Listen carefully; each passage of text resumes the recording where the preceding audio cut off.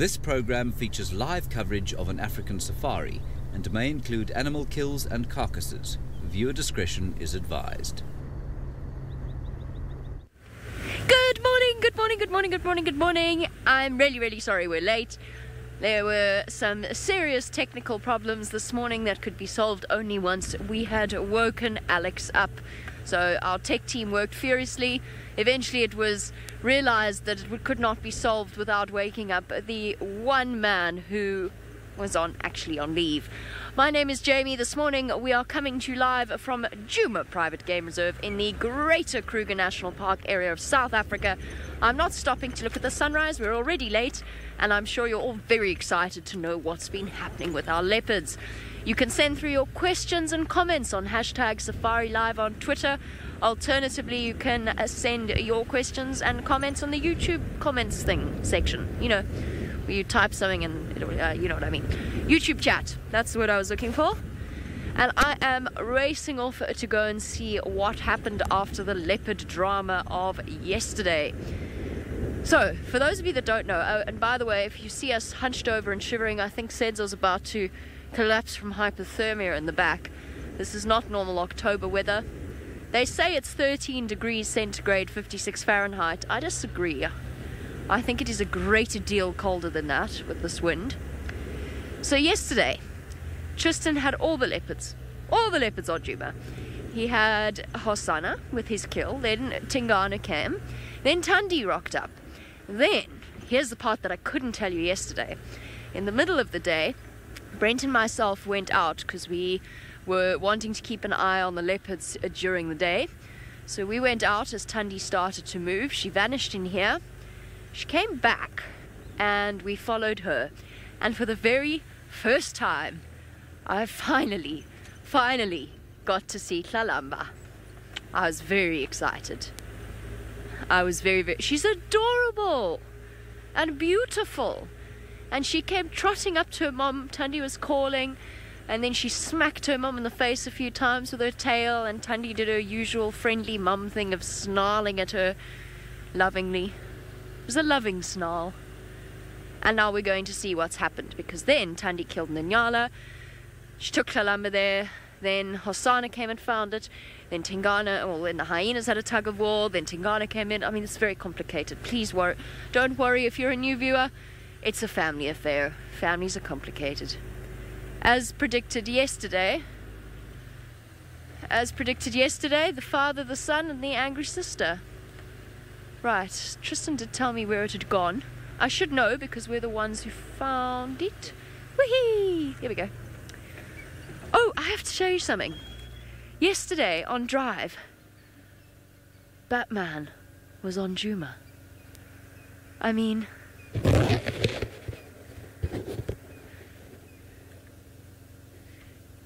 we found it in the road. It's very small. Batman is really very small in real life. Kirst says that I must return it to Craig. We joked about it and I said to Brent yesterday, please, before we do that, just check on the Game Drive radio and see if there's not some child somewhere who is bereft. Turns out there was a child somewhere who was totally bereft of it. That's why it's on Drive with me this morning, because luckily they're still here. Apparently there were tears after it was noticed that it was missing. So we're going to return it to one very small Batman, which is adorable. Okay, down we go into the drainage line. I just had a feeling that somewhere it was a precious thing to someone, and that somewhere it was, and you know that deep relatable heartache that you can remember from being a kid when you lost your favorite toy or whatever it happened to be? I remember because there's a big age gap between myself and my brother. Exactly the same age gap actually as there is between Tandi and Hosanna. And when he was little, he lost his little stuffed toy lion called Cairo. And the devastation was, oh, I still remember it to this day. Makes me so sad. We found Cairo, don't you worry. Just in the same way that we found Batman's mask. Okay, oh, we've got a leopard. I wonder if Hosanna is still in the tree. Because if he is, he's had a really long night. No, he's not. I can see him sitting there. Hello guys. Morning. Good morning to you. So last night, if you missed it, and boy did you miss out, Hosana was feeding in the tree and Tingana came running up the tree and chased him even further, right up into the top of the spindly branches. And we had a vague feeling that he might have to spend the entire night there, hiding from his dad. Just bear with me a moment, we got to do some... It's quite a sensitive area, this, so we can't just drive wherever we want to avoid the thorns. You good there, Sens? Oh, forward. Let's try not to hit the camera. There we go. Can't just be driving willy-nilly. Looks like a very small leopard in that tree. Is that Tingana? It can't be.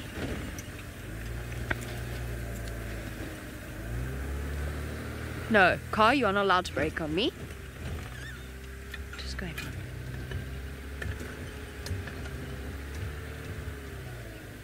on. Right. What is going on here? Oh no, it's not that small of a leopard. So there is Hosana, actually. Looks like it. Let's just have a quick look and then I'll show you Tingana, who's lying watching Hosana feed. You think that's Tingana? Is that Tingana? Is Hosana that big? Okay. Yeah, no, that is Tingana. I thought for one moment he'd actually let poor Hosana have a meal. Poor Hosana. Although I really feel as though Tundi is the main victim in all of this. Although what she expected when she killed that Nyala about 200 yards or so from the two male leopards, I do not know. Opportunism at its finest. Right, as stunning as the shot of Tingana's bottom is, let me just show you Hosana, who is currently hidden behind the tambuti tree.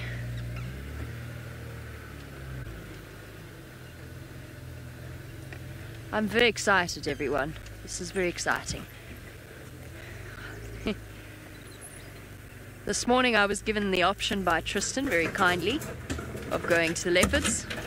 This time I said yes. There's my boy. Morning. Right. One quick view of the little chief himself, also known as the Little Chef, takeaway restaurant for all leopards of the area. Now, I cannot monopolize your attention this morning. There are others who would like to say good morning.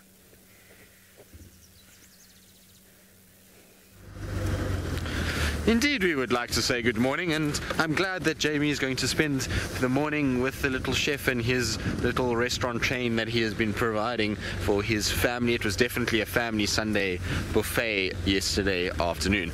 Now, my name is Tristan. On camera I've got Sebastian this morning, and it is a very, very warm welcome to all of you. Well, it's not warm, it is a very cold welcome for all of you, because it's freezing out here this morning. It does not feel like a October day, and October is supposed to be warm and sunny and happiness, and it's cold and freezing and wintry, which is not ideal. But anyway, hopefully the animals will make it a warm kind of day.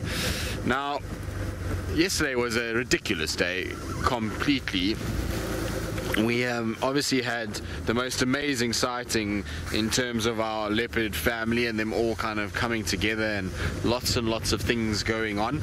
It really was quite something to be there, and I'm glad Hosana's managed to get past Tingana and down onto the ground and to have a bit of a nap down there. But I do feel sorry for him. He just keeps losing out to his dad in many respects, but I suppose his dad offers him protection, which is always very good. So our plan for the morning is that we're going to head east. We're going to go and try and see what's going on with the Inkahuma Voca kind of story there, and see what dynamics are on that side of the world, and in so doing just slowly cruising along looking for any signs of Tundi. We did pick up tracks for Tundi just now on Central. It looked like she was going eastwards. I'm pretty sure she's going to be back in Torchwood after she, you know, starts, well, after last night where she got chased around by everybody, I'm pretty sure she's going to take Lalamba with her and just kind of head back to the sort of quietness that is Torchwood at the moment. So we'll head there and just try and kind of see what's going on and see whether or not she is in that area. But we'll first head off to the Lions, like I say, to go and try and see what's going on. Now, Jamie said she doesn't want to monopolize the attention. I too am the same, and so let's send you across to, well, Mowgli the Jungle Book Kid himself, Brent Leo Smith, as he goes out for his morning walk. Yes, I made some bad choices this morning. The main bad choice was shorts and sandals, because it is freezing. Good morning, my name is Brent Leo Smith, and I'm shivering my way through bushwalk this morning with Dangerous Dave Eastor, the objectified dish, and his long locks flowing in the wind this morning. We might have to put Dave on camera. I'm feeling like it's a day to embarrass cameramen. But anyway, remember, this is 100% live, and you can talk to me by using the hashtag SafariLive, and you're watching us on the damn cam. Can you see me, Wick? No, so watching us in the damn cam. Our plan this morning is to head off to the east towards the rising sun and see if we can find any sign of the poor Thandi and Lalamba, who obviously gapped it at the sign of Tingana and Hasana last night. Now, there's a good chance that they have walked quite a big distance. Now, as leopards go, Thandi has a bit of a reputation for being a little bit grumpy and a little bit snarly. And after her day yesterday, I think she's allowed to be a little bit grumpy and a little bit snarly. So what happened is because it was our debut on SABC last night, we put the trainees out to sit with Hosana and Tingana throughout the day to see if they moved off from that Impala kill that Hasana made. And then Jamie and myself and Ali came with us, and Conrad also came with us. We went out when Thandi moved away from the kill to see if we could follow her. And we managed to do that, of course, because you saw her on the kill in little Lalamba yesterday. Can you believe yesterday was the first day Jamie's ever seen Lalamba? Of course, she's been in the Mara for a long time. Oh my goodness, it's ridiculously windy and foul. I don't know what's wrong with this weather. It's October. It's supposed to be suicide month. It's supposed to be 40 degrees and sweaty, not cold. Anyway, back to my story about the leopards. Jamie and myself had a wonderful day yesterday. We went and followed Thandi till she called Lalamba, and then we followed them back to the kill. And then we went off to go look for the Nkahuma Pride on foot, because I'd been out with the trainees in the morning and we'd left their tracks near Torchwood Camp. So we went back to follow up for the evening, and the wind was howling, but I was quite excited. I haven't walked lions since I've been back, so I was like, yay, now we're going to walk into some lions on foot. We got out of the car, and all we heard was and we're like, oh, lions on a kill, no walking today, back into the car, let's go find out where they are. Yeah, so we had a wonderful day yesterday out in the field.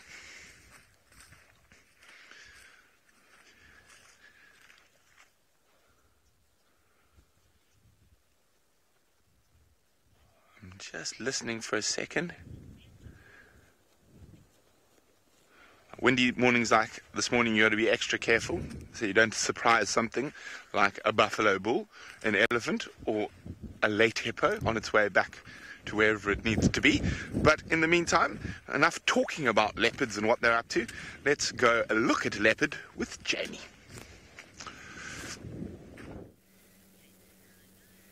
I have to tell you something completely unconnected to oh, wait, hold on, no, I'm not going to. Right now, Tingana's trying to solve the problem that Hasana caused when he hoisted this kill. The case of the stuck leg.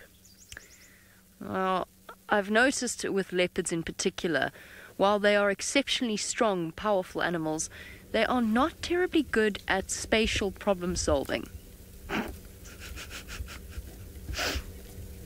Oh, never mind. I take that back. Tingana, I apologize. I apologize. Bravo, well done. You finally managed to pull it up to a better spot now that you've eaten away all the bits of skin and flesh that was stopping you. Oh, oh, oh, oh. Oopsie. Oopsie. Oh dear. That's not the best position you've ever chosen. For our sensitive viewers, I apologize if this doesn't make you feel very well. It is all part and parcel of life out here. There's no pre-packaged meat. But I'm sure if you wanted to, you could have a cup of tea, but you might miss him falling out of the tree. Cat indeed! Tingana has been feeding all night long.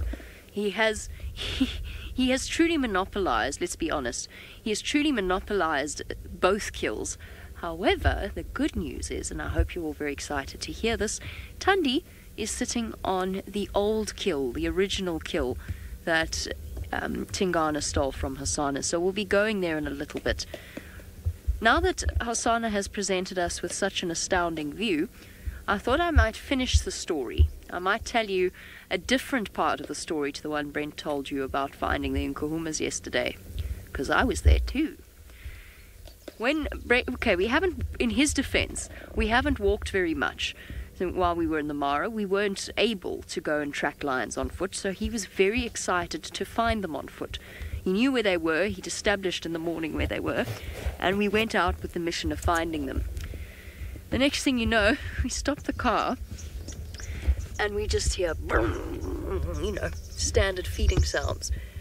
At which point, I'm standing there listening, going, oh, there they are, and Brent goes, it's a truck. It's a truck coming down the main road. No, it's a truck. It's one of the construction vehicles. Let's go. Brent, that's a lion. Those are lions we can drive in. He very disappointedly got into the car. Here's the part of the story I bet he didn't tell. It's a truck. He did hear noises. He just said they were a truck. It was priceless. So yes, we did have a good day yesterday. Oh, he was so excited. He was so excited. Tingana, please turn around. I would like to see your face as the sun comes, well, hopefully as the sun comes out from behind the clouds. Ooh, I'm very happy here, down and sheltered in the drainage line. So yes, Tingana has been feeding all night. An adult predator can eat around about 15% of their body weight in one sitting, possibly if they're feeling really enthusiastic about their meal. They could potentially even make that 20% of their body weight, but that's in under very unusual circumstances. So if Tingana is about a 90-kilogram leopard, you're looking at around about, he's probably eaten, what's that? About 14 kilograms of meat? No, it must be more than that. He surely has eaten more than that, come to think of it. No, 14 kilograms of meat is actually quite a lot of meat. That, for those of you who still work in imperial measurements, is around about 30 or so pounds. Admittedly, he's had to share the bulk of the nyala. Lauren, if you read a textbook, no. So Lauren wants to know, do leopards meet up as often as this family does? In reality, yes, I think that they probably do. I think that we miss a vast amount of the leopard dynamics that unfold around here. I also think that textbooks and research into behavior doesn't necessarily get the same insight into their behavior as we might do, or guides might do, by spending as much time as we get to with them. I don't think it is that uncommon. However, we've got a really nice situation playing out in that which is quite unusual. Tundi's taken over Karula's territory. She's got Tingana's daughter with her. And it just happens that Hasana hasn't left yet. Now, I don't think of him as a social cat necessarily, but he certainly has a tendency to be in the right place at the right time. And he definitely follows his father around. But I think it's a young male thing, and I think it's something that he's going to grow out of quite quickly, most likely because he gets sick and tired of having his hard work stolen from him. Imagine how frustrating that must be. He already showed a massive developmental leap yesterday by standing up to Tundi, who I confess I feel deep sympathy for. She's got her younger brother hanging round, who is whether we want to admit it or not, a potential threat to her daughter. We don't know how he's going to react as he gets older. Plus, everywhere she moves, a male decides to emerge and steal her kills.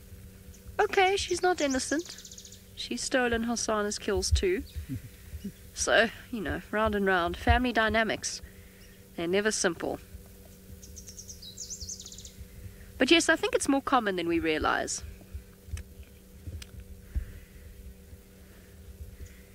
Mac, you want to know if the family stealing will keep Hosanna in the area for longer.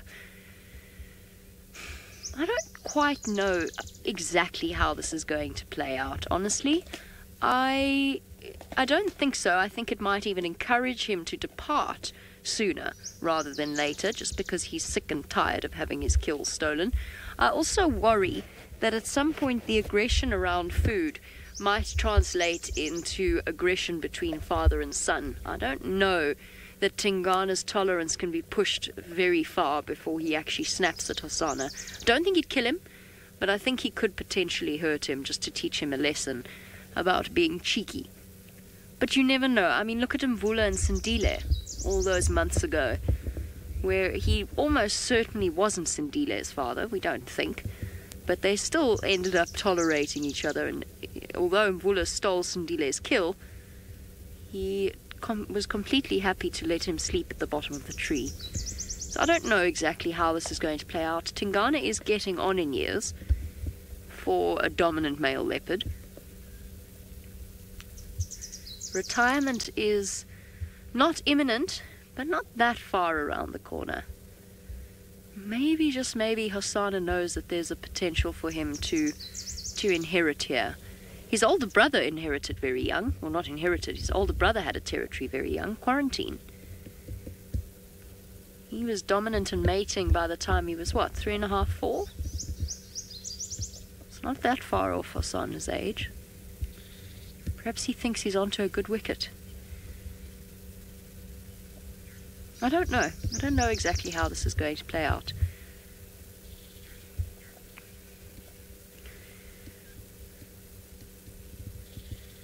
Our trees are important in all walks of life for Tingana. It makes a handy table for his Nyala breakfast. For Brent, it's for something interesting to show you. Yes, very interesting. Now, if I was Tingana, I wouldn't climb this tree with too much vigor. And the reason being, it's a nice big knobthorn. However, what happens, the elephants have stripped most of the cambium layer off. And there's a tie there, a few little bits. If I do this here, Dave, can you see? I scratch a little bit. You can see, still green, so there's still nutrients going to the tree. It's got a couple of these little strips of cambium that are still feeding nutrients to the rest of the tree. But the big problem which happens here is that once the elephants have stripped, this lower layer becomes dry. And when it's dry, it attracts longhorn beetles. And longhorn beetles are almost all wood borer beetles, and click beetles for that matter, also borers. And can you see the little holes? Yes, there's one there. So these are little ones. There's a nice fresh one over here, Dave. You can even see there's a bit of borer excrement coming out of that one, which is basically just chewed up bark. So what happens is the borers get in, and you can see this borer was a bit eager. He was too early. When it was still a bit too hard and a bit too green, you can just see the outside where it's been munching there. But if we go round the tree, and you go, it doesn't sound too good, does it? And I've already done this to have a look, but have a look. So the borers have eaten, and once the borers have eaten it, they now make space for the termites. Now the termites have munched through the outer layer, but they haven't gone into the inner layer, but the borers will. So basically this poor knobthorn is hanging on by a thread, literally. So what's going to happen now is slowly, as more borers, as the summer months come, because the borers are going to get stuck in when the summer months come, they're going to bore into that center, into that core, into the heartwood, and destroy the structural integrity of this poor knobthorn. And then it's going to fall across the road, and then we're going to be upset because we're going to have to pull it, because we're not going to be able to drive down Twin Dams Road. Now, a lot of people, when they see elephant feeding like this, and they're like, oh, it's elephant damage. And it makes me very, very irritated, because there's no such thing as elephant damage. It is just elephant activity. Now, if you think about it, that elephant, by ripping off the bark, is creating food for borers, scorpions, even birds. And when I say birds, it's because the birds, like woodpeckers and woodhoopers, will actually come then feed off the borer larvae. So it's very important. And Herbie is sitting on one that it's already happened to. So this is another big knobthorn, not far from the other. And what has happened here is the elephants have munched through the cambium layer. The borers have got stuck in, the termites have got stuck in, and you can see here, these are either, judging from the size of the hole, they're either giant longhorns or giant acacia click beetles, just from the size of that borer hole. So they're the big ones. Now, Herbie will know this, but the giant longhorn larvae, basically a big white grub, looks like a maggot, but just a giant one, and be about 5-6 centimeters long and really, really fat. Now, they are actually a bit of a delicacy, because you can chuck them in a frying pan, fry them up a little bit. They taste a bit like bacon. However, they have the consistency of snot, but I don't mind them. I'm not fussy. Now, since we've just looked at those trees, let's have a quick look at this tree.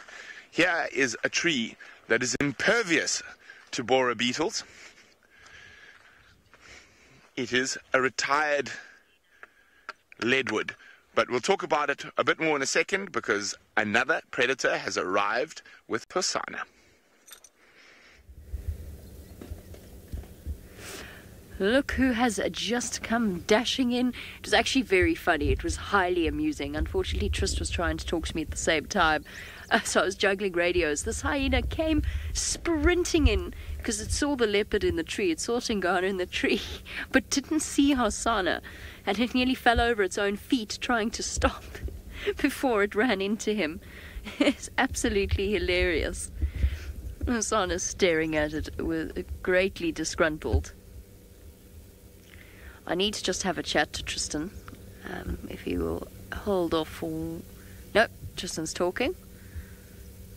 I have completely lost my ability to think and listen and talk at the same time. Tristan's just letting me know that he's struggling when it comes to checking up on the Nkuhumas, because unfortunately he doesn't seem to have signal there. So I think he's asking me if he can come back and go to Tundi. And I was going to say to him, yes, absolutely. Oh boy. He keeps glancing longingly up at the Inyala, which is now wafting a delicate scent down into the drainage line.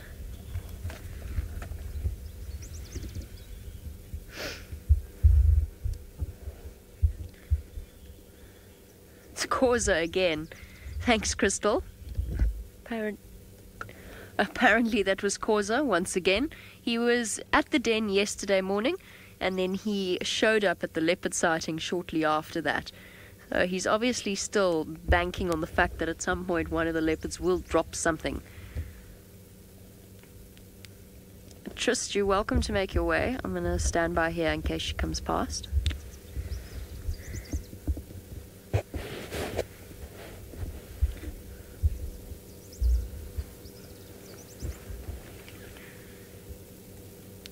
Okay, copy. Just because I'm closer, I actually might try and keep up with her if I can.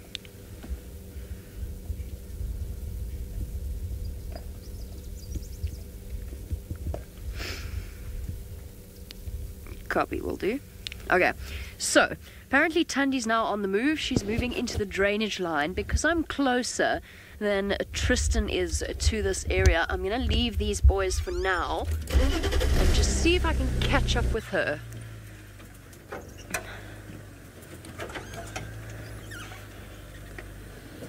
So I think she's going to pop through here.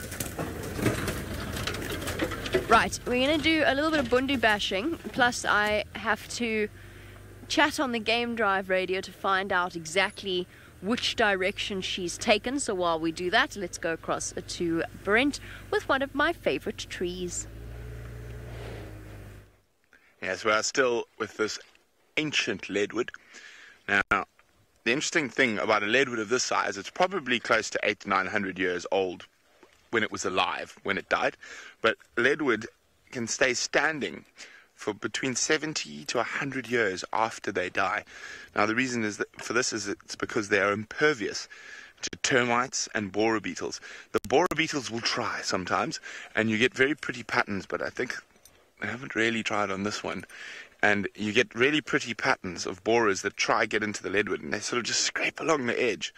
And maybe that looks like a borer that tried. Yeah, look at this. Yo! No, I can't get under there. It is incredibly hard. The wood is so dense, it actually sinks when you put it into water. And it is incredible. And as Jamie said, I think it's a lot of people's favorite tree. It's one of mine as well. Now, it's not to say there aren't little hollows and holes, because there are, from where branches have fallen off, like up here at Derby. And it's often a good spot for a nest, or a squirrel home, or a bush baby home. This one is home to nothing. No, something's put leaves in there, but we can't see what. It doesn't look like anything's used it recently. Now, if you want to break your chainsaw, try cut through this. Now, leadwoods are protected species even when they are dead, which is quite unusual for trees. Most tree species, while alive, if they are protected, are protected. But if they fall down and whatnot, they're no longer protected and you can harvest the wood. Leadwood, however, because they stand for so long and they're such important homes for so many different creatures, that they are a protected species even after they die and even after they fall down, because they just last forever and ever. But they are very, very cool trees. Now, of course, those of you who are fanatical about brushing your teeth, this is your toothpaste substitute.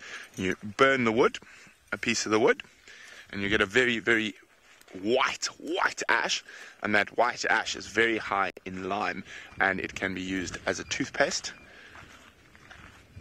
So, I've tried it. It's very unpleasant. As toothpaste goes, I prefer minty freshness.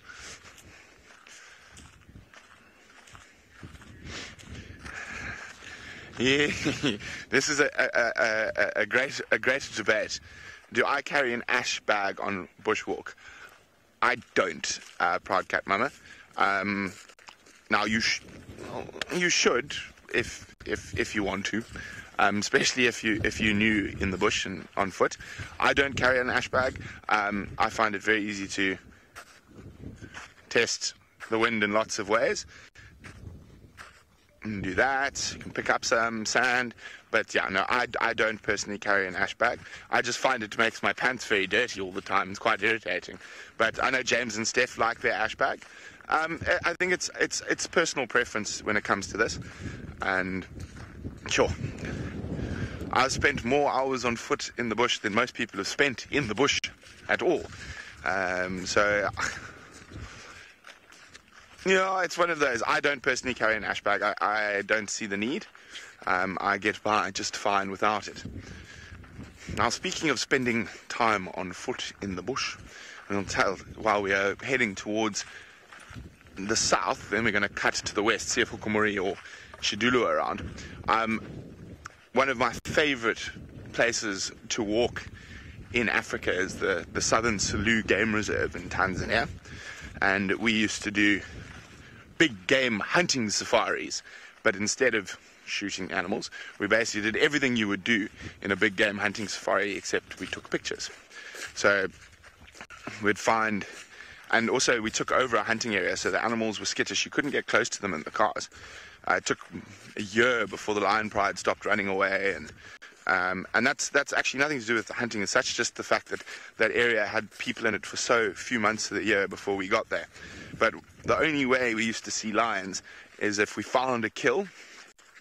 We would then go with my tracker and myself, would cut a whole bunch of grass and sticks, and would actually build a hide about 25-30 meters away from where the lion's kill was, and we would go in the heat of the day with our guests. We had to teach our guests quite a lot, because it was quite different. And then we would sit in this little grass hide that we'd built 25 meters away from lions feeding often. Got some amazing photographs from that time, sitting in hides, walking. Oh, it was a magical place to walk. The concession went from 200 meters above sea level to over 1,000 meters. We had red colobus monkeys, Lord Derby's alamura, which is a flying squirrel. One used to live right near my tent, and they're amazing because they actually keep a line, so they don't fly, they glide, but you can find their glide paths because they'll maintain them. So they'll like chew off this branch and that branch if it's in their glide line. So very, very cool stuff, and really incredible birds as well. Livingston's flycatcher, Angolan pitters, all sorts of wonderful things, but very, very, very difficult to get to that area. So from Dar es Salaam, it was a 2-day drive, sometimes a 3-day drive, depending if the Kilombero ferry was operational. The one year when we were building camp, so we used to close camp at the beginning of wet season, pack up everything and put it in boxes and take it out, and then bring camp back in again when the big rain stopped. And what was that? Oh, the one year, the Kilombero ferry. The Kilombero ferry, which is the only ferry across to get into that corner of Tanzania. There's only like 4 roads that go down past Mahenge. It broke. But you're going to have to wait to find out what happened at the Kilombero ferry, because there's a leopard making a noise.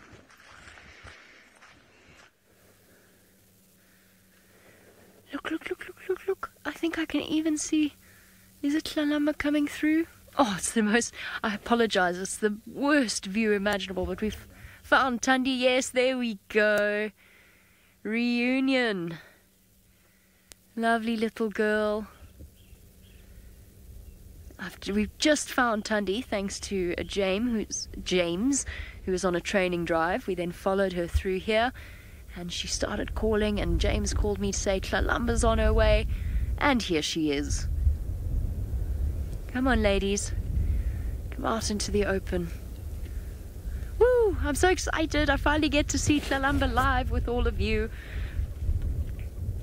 Hey, girl. Here's her tail wrapping around Mum. Very shortly, Tundi's going to snarl slightly. I love watching these reunions between mothers and cubs. Yes, come this way, come this way. Good girl. No, no, bad girl. Bad girl. This way. There's a good kitty cat. There she goes. Hey, little Tlalamba. Here we go.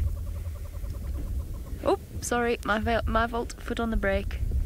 Okay, we're gonna sit very still as Tundi comes past.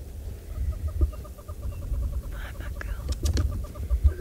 I'm not gonna move now, just while she's close to me. I forgot how tiny Tundi was. Yo, she's a small leopard.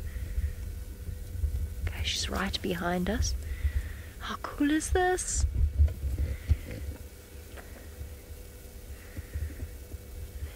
Awesome. Thank you, girl. Wow, I'd forgotten how small Tundi is. It's absolutely unbelievable what that leopard can do. It really is. She is one of those pure examples of personality is everything. She is minute. If she's 40 kilograms, I would be astounded. I think she's smaller than that. And she killed that adult Nyala yesterday without a sound. Sorry, Sans Tambuti. I just need to update James. James Tlalamba has joined Tundi. They're now mobile east.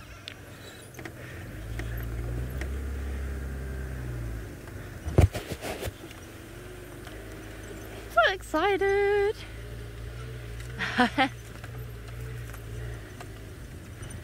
I'm so excited. Tundi is my favorite leopard, and she always has been from the moment I got to know her. All right, hold on, everyone. There's going to be some noise. Oh. Buffalo thorn. Sorry, Tundi, I know you don't like noise. There we go. Let me duck down for a sec. We'll move up ahead of them when the bush starts to open out a bit. For now, I'm not going to try and position too or reposition too frequently. Now, don't go that way. That's even worse, Tundi. Okay.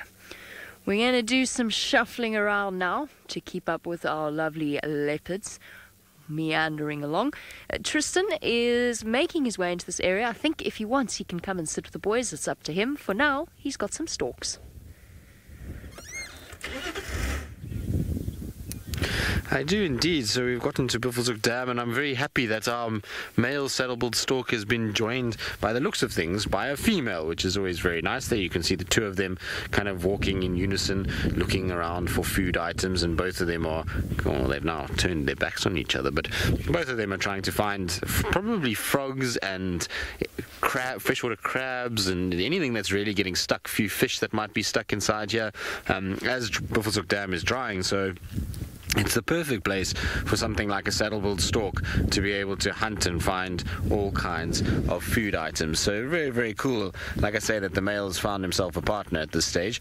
And I wonder if, I'm just trying to see now, I can't see very nicely from where we are, we're quite far, but there's the male there that we've got on screen, and then the female should be the one that's off to the kind of right.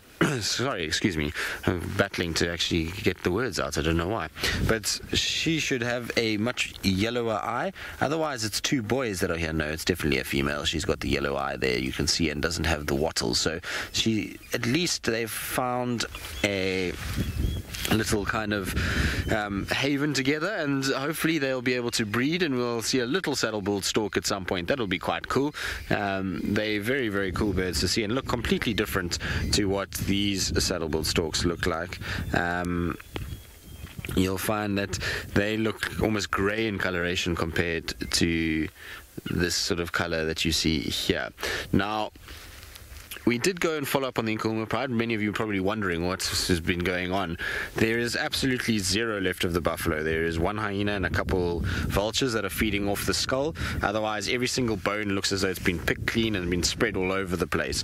And so there's no sign of the lion. Well, there is sign of the lions. The lions have gone south towards Chitwa, and apparently have continued south towards sort of a Nets Vessels area. So there's not much we can do about that, I'm afraid. We also didn't have any signal to be able to show you the sort of vultures and all of the rest that was going on, but very, very, very kind of interesting to see how quickly a buffalo can disappear. You know, you'd think a buffalo would keep the lions there for a day or two, but they cleaned up everything there very, very quickly, and I'm pretty sure the females moved quite quickly because of the Evoker male, maybe just trying to distance themselves from him a little bit and kind of get away. But we did check Torchwood Dam on our way out in case any of them were lying up at the water point, particularly the Evoker boy, and we didn't find anything at all.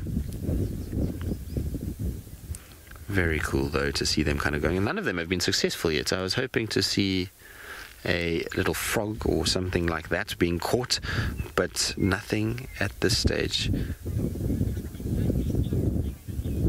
Exactly, it does look like they're dunking chopsticks into soup. You're very right, Kirsty. Very good chopstick technique. If you look at these saddle-billed storks, they're very good at the way that they do it. It's not like my chopstick technique. I'm a bit slower than these saddle-billed storks. I don't quite have the same finesse that they've got. Did it get something? Yeah. What's it got? A little frog? Yes, there we go. Frog, well done, Seb. That's very cool.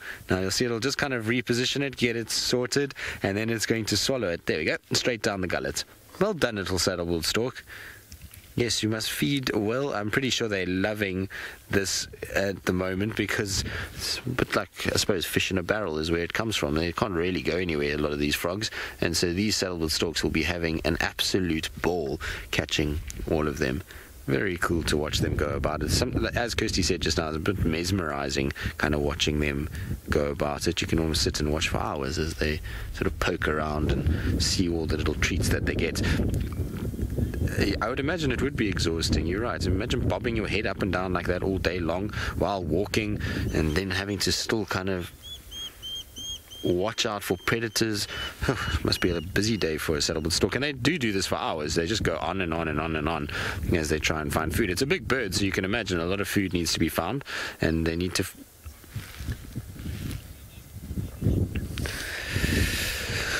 So my safari, I'm actually not 100% sure where the nest placement is, but I have seen their chicks on the ground, so I'd imagine that they might have ground-based nests. I'll try and find out for you, though.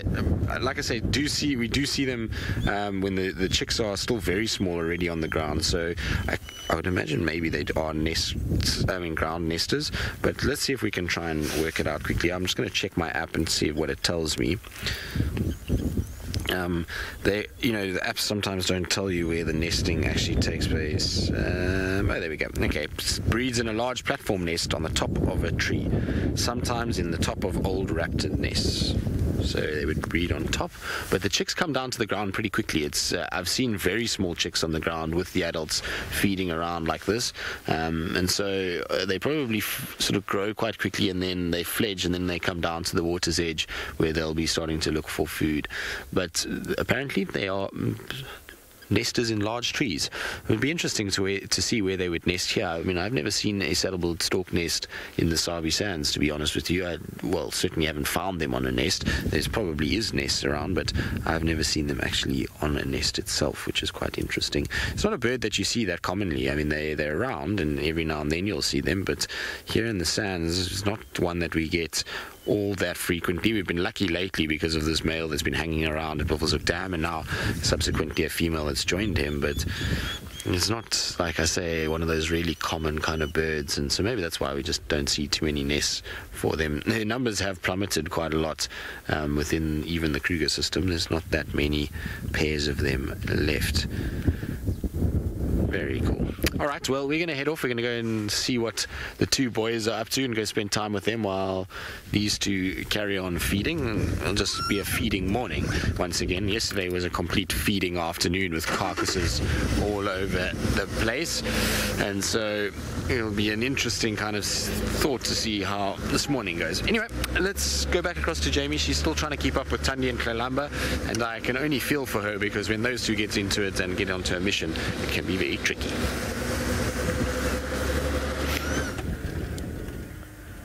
It can be tricky. It can be really tricky. We're still with them, but she's taking us into... she's taking us on a mission, let's put it this way. It's always been this way following Thandi, although apparently she's got worse than she used to be. I'll show you them now in a second. I'm just trying to keep up without... We've got to keep a little bit of distance because Kalamba still gets a fright. If you drive over a stick or something too close to her, she gets a little bit nervous, and we obviously don't want to scare her in any way. Oh yes, up the tree, there's a good cat. Come on. No? Ah. No, we've changed our mind. We're now going to where Tristan is. There we go. Let me stop for a second. Just briefly. There's little Kalamba. Following along. I just need to chat to Tax quickly. Keep coming north, Tax. They're walking almost directly towards Buffelshoek Dam, but they haven't reached Hyena Road yet. Here comes Kalamba. Okay, copy. I've got your audio. Okay. There's Tax. He's coming in. Copy. They're going to pop out on the road ahead of me.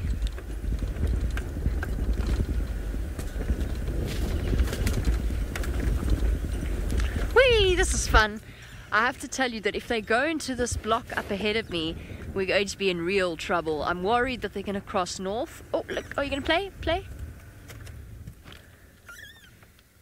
Oh, Tristan is just letting me know that a male leopard was walking all over Buffelshoek Dam last night. It's not Hasana and it's not Tingana, which means it is another male. So Tundi could be walking out of the frying pan and into the fire. Copy that, thank you. There she goes. Yes, I know. We really need a better expression than that. I love, these two have identical tails. It is my favorite thing that I noticed yesterday with little Tlalamba. She's got her mommy's tail. And often when they stand side by side with their back towards you, their tails twitch in unison. It's so sweet. The only difference is that Tlalamba's tail is a little bit more curved or curled than Tundi's. Pretty girl. The Sisticula's starting to alarm call. You ready, Sands? Let's go. Let's go. Can't afford to let her get too far ahead, or she'll vanish.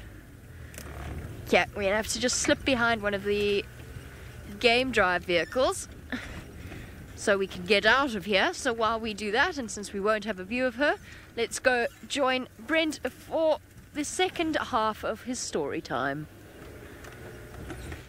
Was I telling a story? I've forgotten it already. No, of course I'm just joking.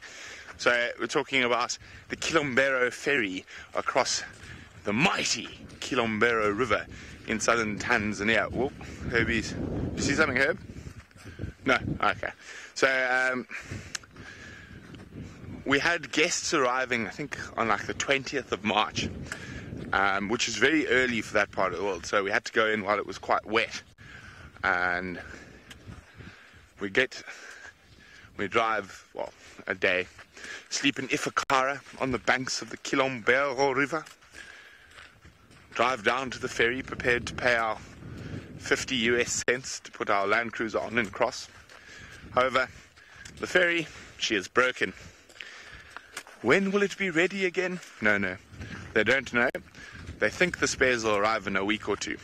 I even offered to drive to Dar es Salaam to fetch the spares for them because it would be quicker than waiting. But alas, no such luck. And there was no ways we could build a whole camp and be ready, or build a whole camp and be ready for the guests in about 6 or 7 days, which is if the spare parts for the ferry ever arrived. So off I went back into Ifakara village, and I bought a whole bunch of empty 200-litre drums and some angle iron, and I had my wonderful driver / mechanic Dotto with me, and Dotto and I set to work. And basically what we did is we had 4 or 5? I think it was actually 5. 5 200-litre drums like that, and 5 by 3 200-litre drums. No, it was actually 5 by 4. That would, yeah, 5 by 4 200-litre drums. Oh, whatever. I'll make it quick. Anyway, and then we welded a steel frame like that,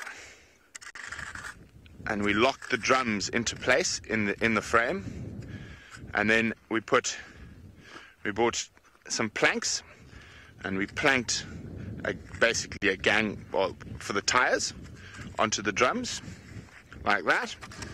It took us about a day and a half to build, and then I hired from one of the local fishermen a little 25 horsepower Yamaha motor, drove my Land Cruiser on, and then across, and then there were a lot of people stuck wanting to get to to Mahenge and other places.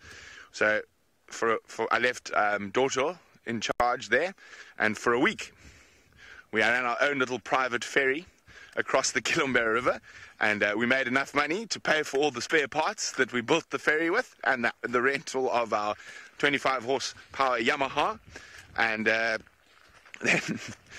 folded it all up and took it to our storeroom and kept it just in case. Oh dear. Oh, I think it fell off the tractor.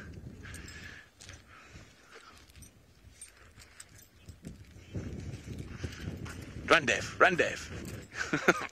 Yes. Yeah, living in southern Tanzania was a real adventure. All our fresh food had to come in by aeroplane because it get off by the time it got there in a truck, and no delivery trucks sort of make it down to that part of the world. We also, when I arrived there, the airstrip hadn't been used in a couple of years, so we actually had to fix and rebuild the airstrip. We built 2 in that concession, and we get in South Africa and even in Kenya and stuff, we get quite reliant on tractors and graders and TLBs and bulldozers and whatnot, but we did all of that stuff up there by hand. All the roads we made in the concession, even the ones on steep banks, we used to dig out by hand. We were very, very fit in those days. But yeah, incredible part of the world. Unfortunately, under a lot of pressure at the moment from poaching. The Selous used to have the second largest elephant population in Africa, around 70,000. And now, I estimate there's not even 10,000 left. So very, very sad. And that's in a very short time. That's in about, when was I living there? 2010 I left. 2010 I left, so 8 years ago. So there's been also another very sad thing is I'm pretty sure I saw the last 2 black rhino in the Selous Game Reserve. We saw them once, found them dead 10 days later. Poaching is very bad there. One of the, yeah, well no, let's not go down that road, it's a bit morbid.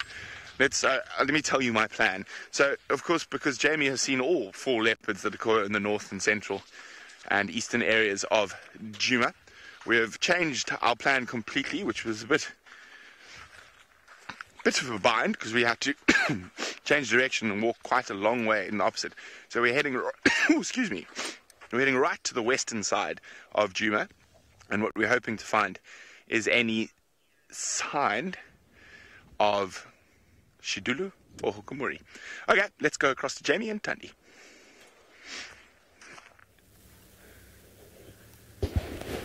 Whew. Last view, I think, folks, for now at least, unless she is kind to us and pops out on a road up ahead. This was where the Nkuhuma lions killed a buffalo. Very, very long time ago, where at one point I found myself on an island being charged at by an angry buffalo with a lion on its back. So it is that's where we are. That's the area that we're in. The signal tends to be a bit patchy in here, and it's very thick, and we're on the wrong side. We're on top, she's down below. I don't know. We can give it a go. That's all I can say. The only thing we've got to be careful of doing is driving over any tamboti trees, which we do not do. So these areas are sensitive, the riverbanks or the edges of these drainage lines. So we've got to try and move around to a position that's not going to damage the environment by trying to follow her.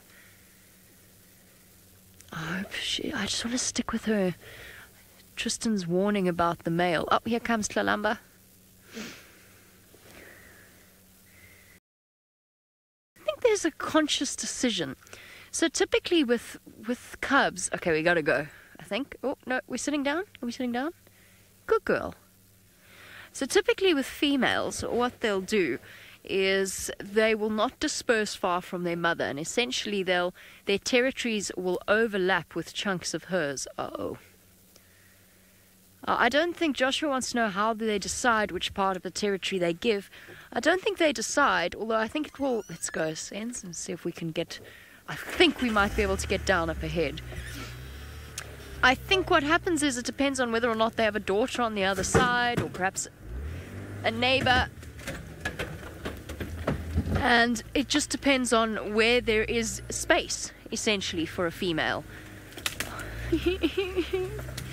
At least I'm not doing it in the dark this time. Squeeze! Squeeze! Squeeze! This is silly. Hello. Oh, that's quite a heavy tree.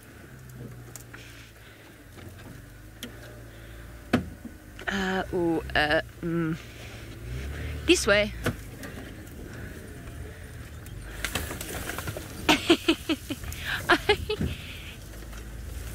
Oh, I'm taking half a tree with me. I don't think we're gonna... Oh, here. It's here. It's down here. We gotta get down here. It's a sickle bush. Okay, well, while we struggle along, working our way down into the drainage line, let's go join Brent, who is having a much easier time of it because he's sticking to the road.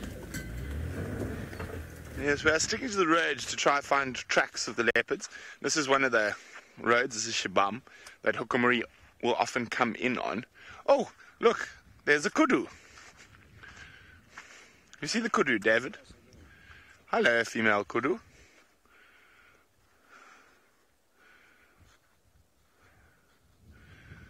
Now, where there's one, there's normally more.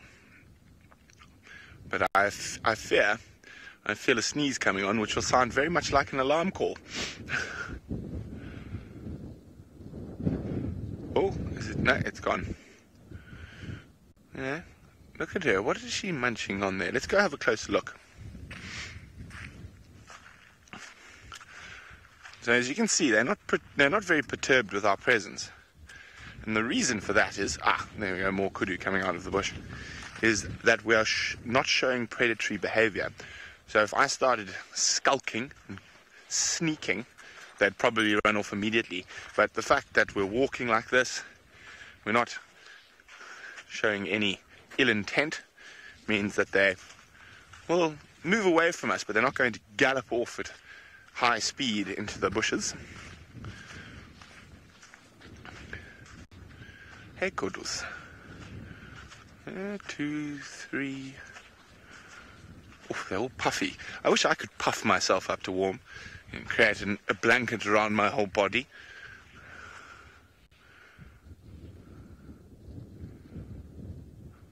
Now, we've been hoping for some ellies as well. We've been listening, but I haven't heard a peep. I haven't heard a branch break. I haven't heard a trumpet or a scream. I haven't even heard a low rumble. Okay.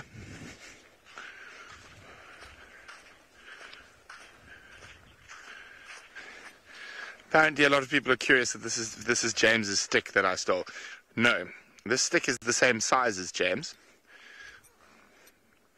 Maybe even a bit taller. Although, they do share the same head. James and my stick. No hair.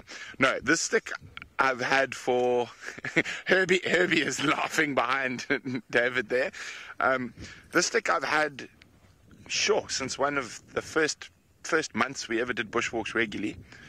And I picked it up on Balanites Road. I just looked like a nice stick. And if those of you who've been watching for a long time will remember, I got myself a stick and I got James Henry a very small stick because he's a very small man. But he makes up with it with a very big temper. Didn't say that. I'm only teasing, of course. No, this is my stick. James might have borrowed it from me while I was in Kenya. Did he use it on bushwalk, Herb? He used my stick on bushwalk. Oh. There are going to be words at morning meeting. There are going to be words. I've just found out James is looking for a new stick if we want to give him a present. So let's try find James Henry a walking stick today. Well, so this is actually from Combretum calinum. It's a variable bush willow stick.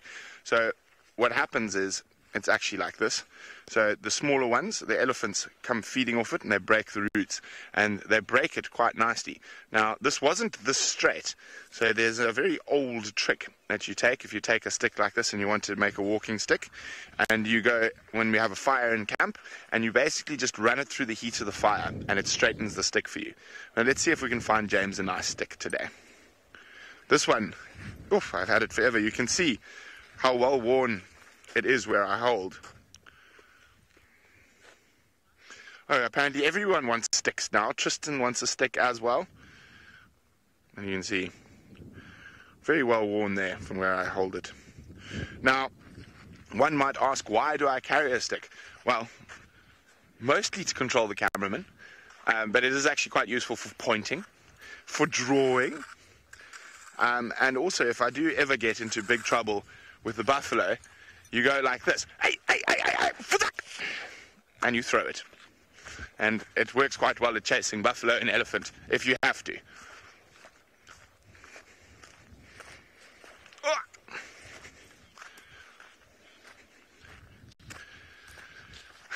Oh, there we go. Good idea, Linda Gale. If I find James a stick, I don't have to buy him a birthday present. That's good. That's a good plan. Yes. As I think I said it a few drives ago. You never have to worry about forgetting James's birthday because he'll remind you for the full 10 days before.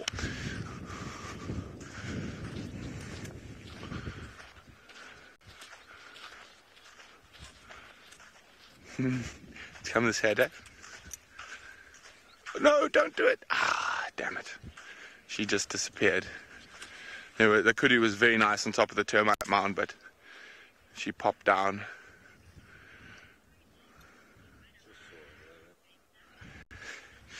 Oh, Tony would like to know if I own a man bag like James does. Why don't you guys tell me? What do you think? Hashtag SafariLive. Does Brent own a man bag? Let me know what your thoughts are, and I'll let you know whether I do or don't a little later. I'm really hoping we find Hukamuri today.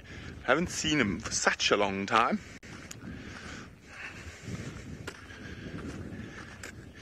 While we continued our search for a stick for James's birthday and a stick for Tristan so he doesn't feel left out, let's go to Jamie, who's the only one who's got leopards this morning.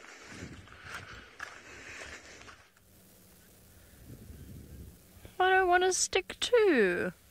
How come I don't get one? I feel left out now. That's okay. I won't forget that. It's fine. And after we worked very, very hard as well to follow Tundi, we did it, you know. We got... we got through the drainage and we are out the other side. Okay, copy Tax. I'll let you know if she lala's somewhere. So Tax has given up. He's had it.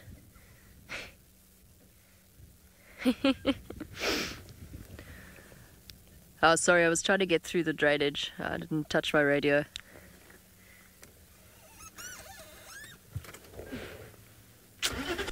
Tax is saying he's had it. He's done. And we worked so hard to follow her through the drainage line, and then we let him know where she was, and he was like, I'm out. I can't do this anymore. Oh, flat tire central, which is of course a problem that Tristan had. Okay, we're just gonna have to risk it, Sens. There's no other way without losing them. We're gonna have so many flat tires and we have no tire tubes to fix them. It's gonna be a disaster. So this is not the best view of leopards to follow them like this. But she's not hunting. Kalina, you say Chandi's trying to figure out another way to lose me. She could easily do it still. This is almost worse than where we've just come from. Almost. Might actually be worse. Now I've got to squeeze through here. They're just parallel to me. So she's not trying to lose me. She's trying to get away from those males. She's not hunting. She walked straight past a... Oh dear. Straight past a Dacre. So she's not trying to lose me, but she's trying to get out of the males area. Okay, we're gonna just squeeze through here. I'm gonna do it. We're gonna send you across to Trist, who's back up and running, and he is with much more static leopards. Yes, we are back up and running, so we had a slight little tyre failure that we needed to sort out very quickly, and so that is all sorted, and now we are back with the two boys while Jamie follows Tandi and Kalamba out of the area, and I'm sure they're going to head towards Torchwood. I wonder whose tracks we had earlier, though, on Central. Maybe it was for Tandi just doing a little loop around and then she came back here to fetch Lalamba. I'm not sure, but there's definitely tracks for a female leopard on Central. What's also interesting is there's tracks for a big male leopard from last night walking around Buffelshoek Dam and all over the place there. So I wonder if maybe Mfokazi or potentially Gajima was hanging about that side last night as well. It would be interesting. Came out of Buffelshoek and then around Buffelshoek Dam and kind of headed into Torchwood on the northern side there. So one of those two could easily be them. But as you can see, not much has changed in the world of Tingana. He is still somehow managing to push meat into his body. It's probably all those folds of skin around his face that he's filling up now, because I don't know where else this food can be going. His stomach is massive and full, and he's just not stopped eating for the last over 24 hours that he's been sitting on a kill, which is quite something. So he's still just trying to kind of absorb as much nutrients as possible, and poor Hosanna is still left at the bottom, longingly looking up at Dad, hoping that he'll get a scrap. Now he's hidden behind that horrible thicket over there. There he is, you can just see him. Hello, boy. I'm sorry that your kill got stolen, and then you stole a kill, and then that got stolen too. I always feel sorry for him. Oh, pieces just dropped. Well, Amber, generally what happens is that, you know, it's a long drawn-out process, but he'll put in his retiring papers, and then all the other leopards get together. They'll club together and buy him a nice gift that says happy retirement. They throw a bit of a party. There's a bit of apple juice and those kind of things that are handed out to everybody. And, you know, sometimes they do a bit of catering, and there'll be the odd Nyalis burger that's kind of out. And then, you know, he goes off and he does his thing on a beach. Exactly, Hosanna will be the caterer. He'll do some specials. So he knows his dad very well, and he'll give him some perfect kind of send-off food. And then, yes, he'll go off. Exactly, a daika dish. There'll be all kinds of things. It's going to be very good. And then he'll go off and he's going to go and find himself a nice kind of coastal beach house where he'll do long walks on the beach at night, and yeah, I mean in the late sunset, and he'll just enjoy his relaxed life. Do a bit of traveling too. He'll, you know, often when they retire, when they retire, they kind of like to travel around, maybe go see the East Africa a little bit, and he'll just kind of go and check it out. And I believe lots of you are asking if he'll get a gold watch. Yes, I'm pretty sure he will get the gold watch. You know, he's been a dominant male for quite some time. He's really earned his stripes within the company profile, and so yes, a gold watch is on the cards for Tingana.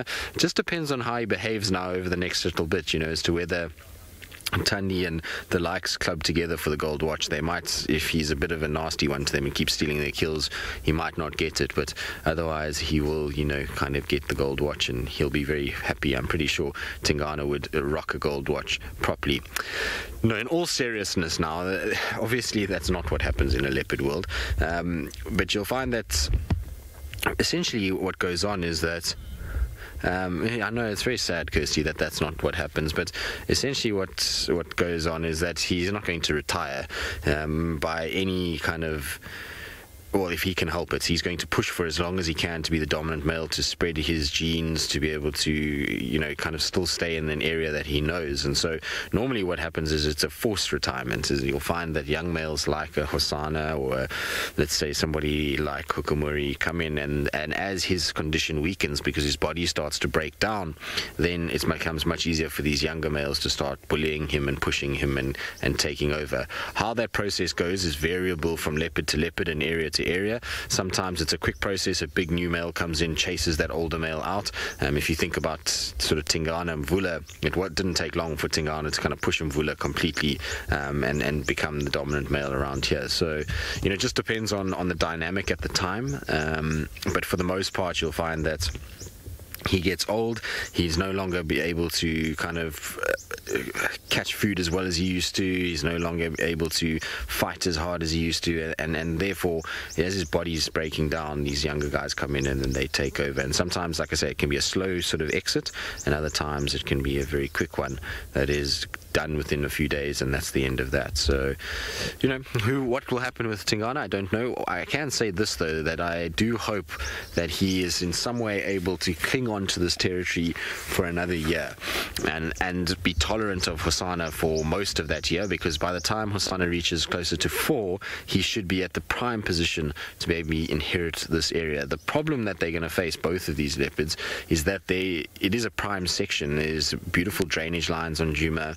It's a good area for a male leopard, and there's going to be pressure all over. I mean, we know of a unknown male who doesn't look old at all, that's hanging around the southern side, and potentially the one that has been kind of could be fathering Kuchava's cubs, could be, you know, in that kind of area. So he might push in, and Taylor saw him the other day. And they've got Mfakazi around, who I doubt is going to be too much of a threat, given that he also is probably quite old, and I don't think he's really too much to worry about. There's Hukamuri that we obviously need to worry about, and then who knows what other leopards are on the fringes that could arrive here tomorrow. I mean, Kruger's a big place and a lot of leopards out there, and a big male could easily just come in tomorrow and decide this is where I want to have them. But hopefully that's what happens. I mean, it would be quite a nice kind of story if Tingana lasts for that year and Hosana really bulks up and then slowly but surely takes over and ends up being the dominant male, right where his kind of father was. It would be a very cool story. Obviously not ideal for genetic gene pool, but still a cool one nonetheless. Now, talking about all leopards and these kind of things, I'm pretty sure a lot of you are always keen for updates on our various leopards that are around us. Now, I believe Shidulu was seen in the west. She was on a kill. Hukamuri was also that side. But a nice little update that I got this morning was that Quarantine was seen yesterday within Kanyeni, moving about in Coral and moving towards Cheetah Plains, and apparently he's looking absolutely wonderful. Haven't been many updates on Quarantine lately. I've hardly seen anything for him, so I was quite happy when we got to see or hear that he's doing okay. And then Kuchava, interestingly enough, from the kill that she had the other day with Sydney, her tracks went straight from that kill south into Mala Mala. So if she is denning, it seems like she's denning in Mala Mala, and that could explain why there's been so little of her, or so little seen of her. You know, it's right up on that northern Mala Mala area, and if it's where I'm thinking it can be a really tricky place to find a leopard. There's a drainage line just off that boundary that is quite rocky and quite tricky to sort of navigate, and so I wonder if she hasn't gone that way because she might have had mated with that skittish male, and that's where he's hanging around, and so she's gone into the core of his kind of area rather than pushing up into Torchwood, where obviously we know Tingana is fairly kind of dominant in that section. So this is why we're probably seeing less of Kuchava at the moment. You might find that if she loses those cubs and then she pushes back and mates maybe with Tingana, she might come this way. You never know what's going to happen. So it's always kind of interesting. Now, what have you seen, Hosana? He's very alert all of a sudden. I think he's okay. It's because he's chewing on something, so I'm pretty sure he's just making sure, kind of ascertaining whether or not there is hyenas around that he needs to be a bit more careful of. But what an epic kind of carcass this has been from a sort of leopard standpoint. Pretty incredible to think that 4 different leopards have fed off the exact same carcass. It's, you know, if you told somebody that, they'll tell you that you're a liar, but obviously we have the proof, which is crazy. Lucy, yes, just now you would have seen Tingana was chewing away at that Nyala's ears, and was trying. Oh, hello, boy. Shame. I've seen a lot of those looks in the last 24 hours of poor Hosana just looking up, hoping for more scraps to fall. It's okay, boy, you'll get your meal and your dad will leave you alone. It's not like he's struggling. His belly's also quite full, let's be honest.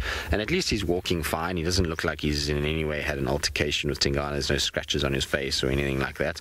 So dad is still being fairly tolerant. I mean, if you think about it, he's literally right underneath Tingana, and Tingana's not chasing him. Had this been another male, so something like, let's say, Hukamuri, this interaction would be very different. And it's really cool to see how, you know, Tingana seems to be quite chilled with Hosana in many respects. Right, we're going to try and see if we can find a slightly better spot so that we can view both of these leopards and not just Tingana's bottom. And while we do that, let's send you back across to Jamie and Thandi and Tlalamba.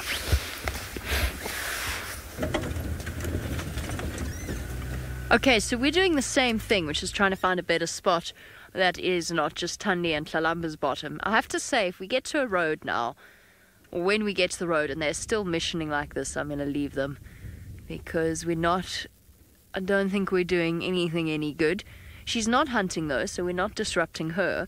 She's just on a mission. I think she's taking Tlalamba into Torchwood. Guess what, everyone? As beautiful as that view is, we have to catch up with them again. Every time Tlalamba has stalked her mother, we've missed it because I've been busy trying to catch up with them. It's ridiculous. You got it. There we go. I've had my exercise for the day. I gotta tell you. I've got a branch stuck under my tree. I mean, what? A branch stuck under my, what do you call it? Car? Oh, a road. It's a miracle. Oh, no. No, I'm sorry. I'm not going in here, Tundi. I have had it with drainage lines. If you take me in here, you win. You win. I'm done. Aw. She was posing so nicely for 1 second. Now they're going to, you know what they're going to do? They're going to play behind the termite mound. Don't do it, don't do it, don't do it, don't do it, don't do it. Here they go. Here they go.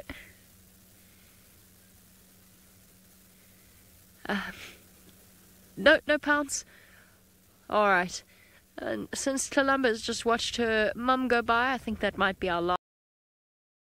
Back across to Hasana, who's looking longingly at his breakfast.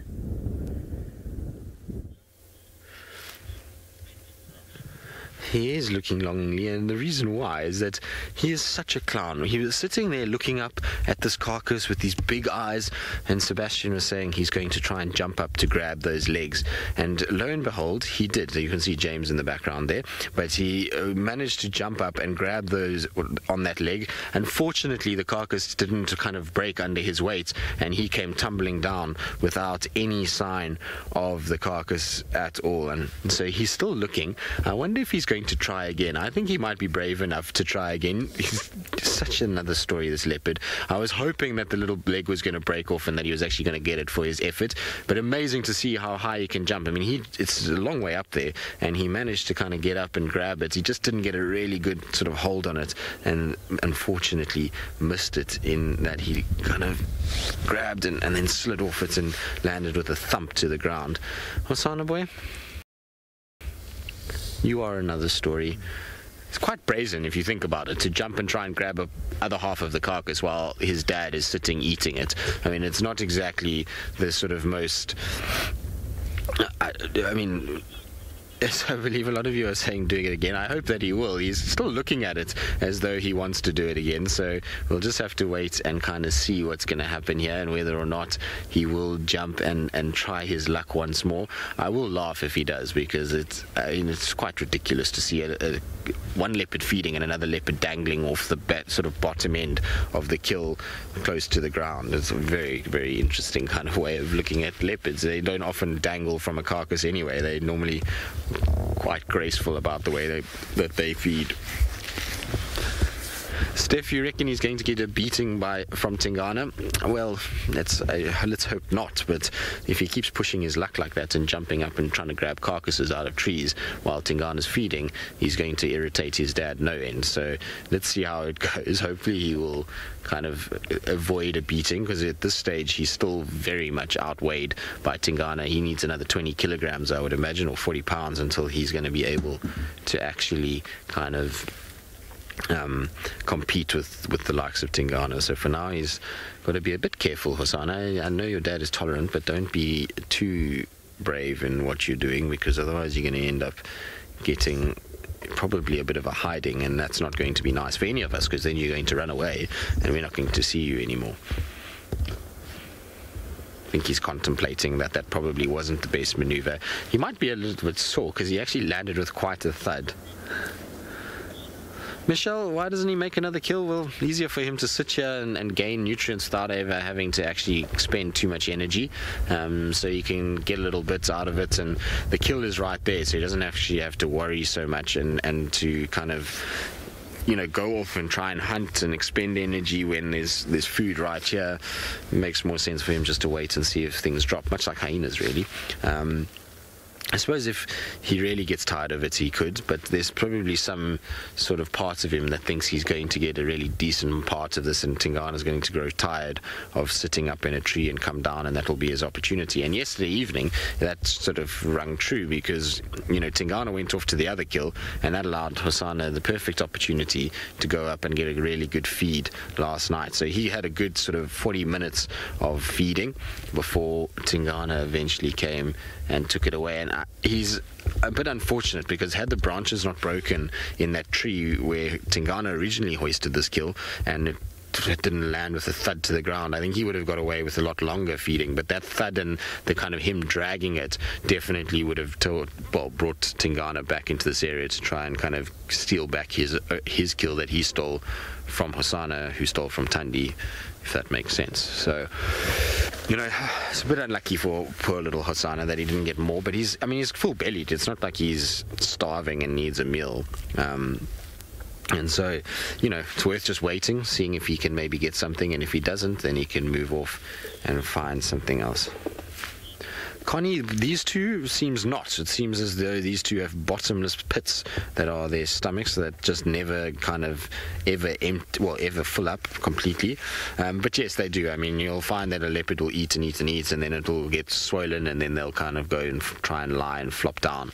The problem that Tingana's had is because Hosana's hanging around, and obviously Thandi and Tlalamba were also around yesterday and this morning, it means that he can't get off that kill. As soon as he gets off that kill, one of them is going to jump up there and try and grab it and start feeding off it. And they're sort of part of a leopard's instinct is that they don't know when the next meal is coming, and so they're going to try and keep as much food as they can and eat as much as they can when they get the opportunity.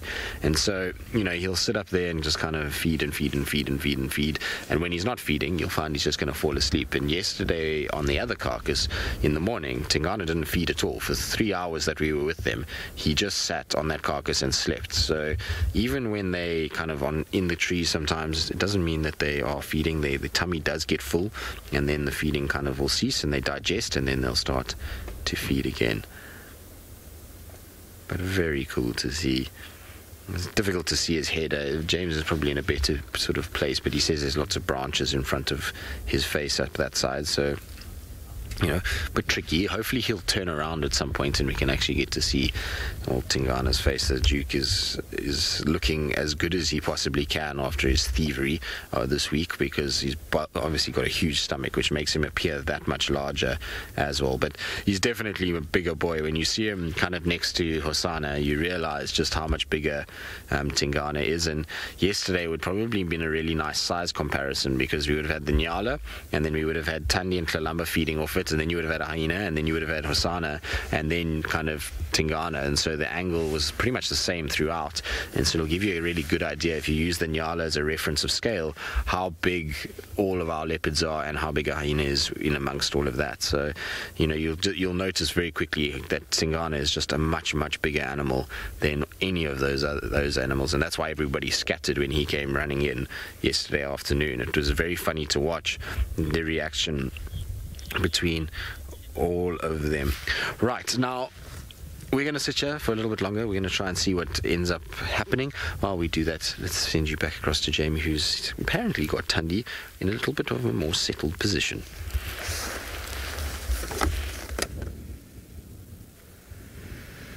Phew. Just as I was about to abandon this whole mission, and in fact, we weren't even going to go off-road after her as she crossed the road, she sat down on a termite mound. So we followed her in here, and this is where we are settling for the morning. Honestly, I don't think she's going to stay still for very long. She's got that look with that face. Oof. Thandi has the ability to express through her facial expression just how put out she truly is. Thandi is a leopard who wears her heart on her sleeve, so to speak. She does not have a poker face at all. I have mixed so many metaphors or expressions. Either way, she looks decidedly unhappy with life. I don't know where Tlalamba went. I think she's behind the termite mound where we can't see her. I'm hoping she's going to come bounding up and come and play with Mum, because Mum No, you got it. Wait. Oh, eagle-eyed Senzo. Am I going mad? Oh, I'm going mad, sorry. I'm completely looking in the wrong place. I'm going completely mad. Yes, there are 2 leopards there. Yes, I missed Lalamba. I'm an idiot. Here you are. My pretty girl.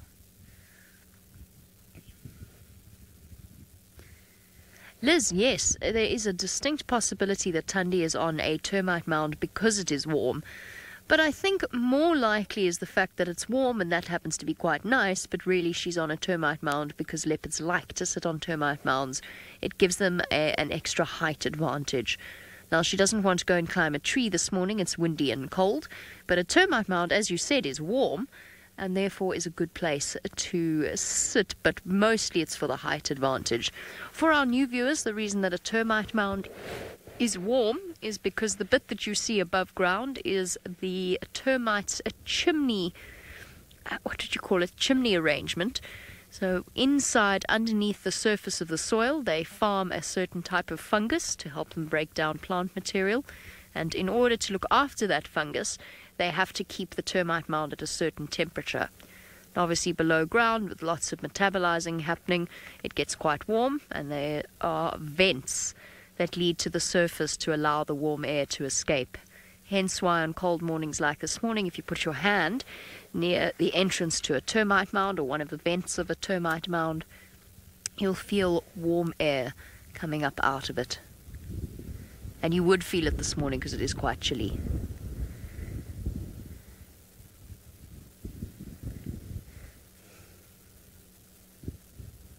Hey, pretty girl. It is really quite lovely to meet her. I cannot believe a whole year has almost gone by, because she must be close on a year old. She must be 11 months. She was born, Tundi was denning in November.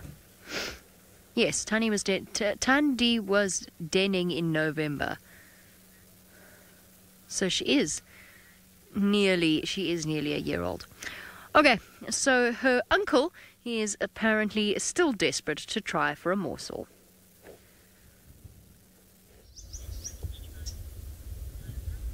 Well, indeed, he's still trying to kind of jump up. That's Tingana's tail. That's kind of up in the tree at the moment, and he's busy grooming himself. He's finished feeding for now, and so Hosanna, I'm afraid, is still left wondering how is he going to get himself a bit more of a meal. It's unfortunate that he's kind of got this dad around, because as much as it protects his area, he really does lose out quite a lot to Tingana. Although by all rights this should have been Tundi's kill. She should have obviously been the one feeding off it. The thing is, though, she was never going to keep this kill. The proximity to where these 2 boys were when she killed it was just too close, that she was on a hiding to nothing, I'm afraid, in trying to think that she was actually going to get some semblance of this kill. As sort of darkness fell, there was going to be far too much competition and far too much muscle for her to hang on. And it just goes to show, I wonder how many times these kind of things happen that we don't even know about. You know, and there must be kills, particularly in the winter months when the nights are very long, that are found by multiple leopards, and they have altercations and they get gobbled up, particularly something small like a little steenbok or a duiker. I mean, those wouldn't last very long at all. This particular carcass, you know, has had, like I say, 4 leopards go at it and a hyena, and there's still food left over, which is pretty incredible when you think about it. It goes to show just how big a female nyala carcass can be, and how much food that is for a number of different animals, and why it takes them so long to kind of process this amount of food. Hello, Tingana. You are in full sausage mode, aren't you? You can see all the blood around his face from that nyala. His whiskers are covered at the moment.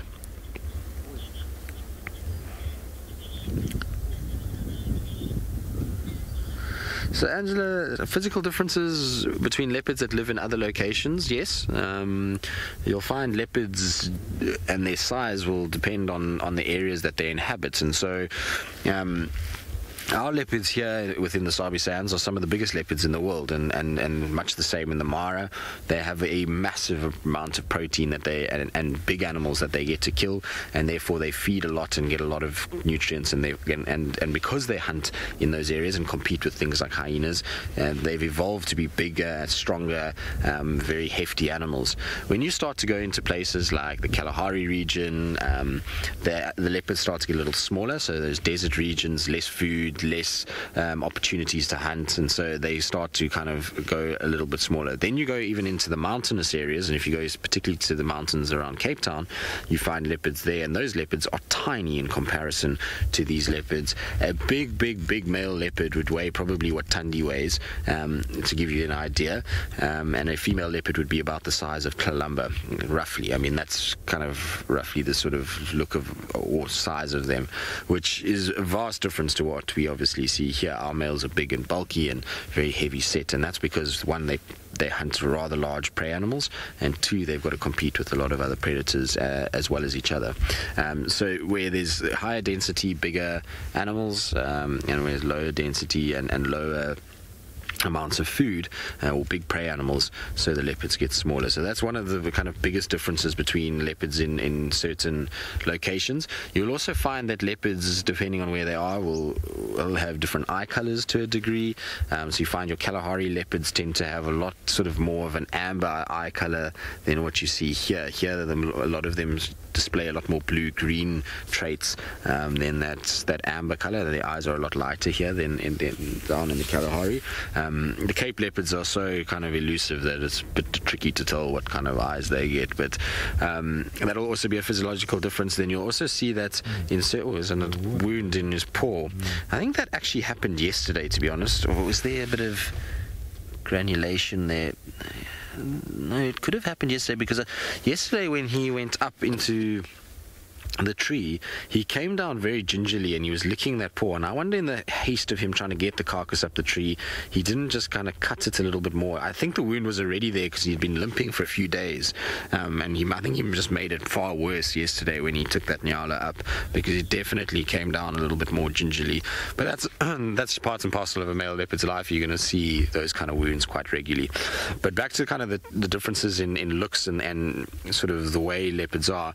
If you go into some areas that are thick forest, mountainous, then you'll start to see, or jungle areas, even in places like India, that's when you start to get the melanistic genes coming out, and you start to actually get much darker animals that blend in a lot better. So those are the kind of differences that you get between leopard populations. It's mostly size than anything else that differentiates them. Tingana, do you want to come down now, boy? You're not comfortable up there with your massive belly. That belly is very swollen. There is a whole lot of impala and nyala inside there. But he won't come down because he knows as soon as he comes down, Hosana's going to go up. And so now it's a conundrum. Does he give some of his carcass away and let Hosana feed off it? Or does he kind of stay up there and be uncomfortable all day? It's a tough choice to make. But that wound must be quite sensitive. It can't be that pleasant. I think he's going to lie down. That's probably going to be his choice. Connie, yes, you say that Tingana looks like he might have triplets. It looks even more than that at this stage. His food baby is monstrous. He's going to have I don't know, maybe even, what is the record for the number of kids that any one person has ever had? But he looks like he's going to break that record, because look at that. Look at how round that tummy is. I think 8 is the record. Imagine having 8 kids at once. That would be a difficult thing. But Tingana, you look like you might have 12 inside there. He is very, very, very, very big at the moment, and his tummy is stretching to its absolute max. The other day we watched him feed, and you could see there was a little bit of kind of skin that was still crumpled together and hadn't stretched out a bit, and you could see that their stomach could still expand. But today there is no space for that tummy to expand whatsoever. That is as full as it gets. Now you can see he's settling in. He's going to try and have a bit of a nap. Not a comfortable tree for napping at all. Hosana, you chose a funny tree. What are you doing, boy? He's almost being a bit submissive in the way he's just kind of rolling onto his side and looking up. Shame, my boy. Can't eat meat, so I'm going to eat a twig. It's a funny cat, this. Amazing though, isn't it incredible that how relaxed he is as well, with a big dominant male right above his head. I mean, theoretically he could be in a lot of danger, but he's kind of got his back to him and is almost just falling asleep with his dad, even though his dad is also growling a little bit above him.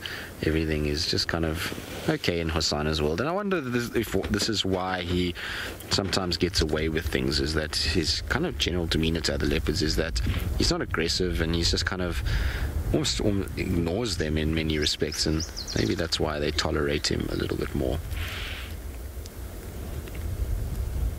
Shame boy. He is a beautiful cat though, isn't he? He's really kind of growing into a magnificent animal, and I think he's going to be a force to be reckoned with when he eventually gets a little bit older and actually is able to sort of dominate. I think he's going to be a fine specimen of a leopard. And here's the back paw of Tingana, which is looking in slightly better condition than the front paw.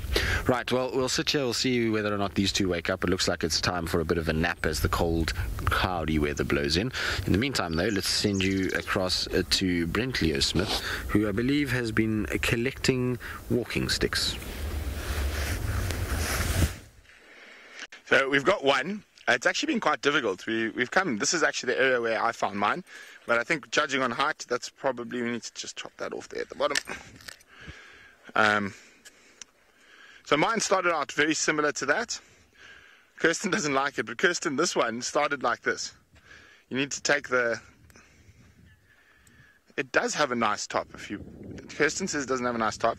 You got to break off the pieces, and then you take a bit of sandpaper. It'll be fine. Oh no. Oh dear. Oh no. Oh no. It's got termites. Sorry, Tristan.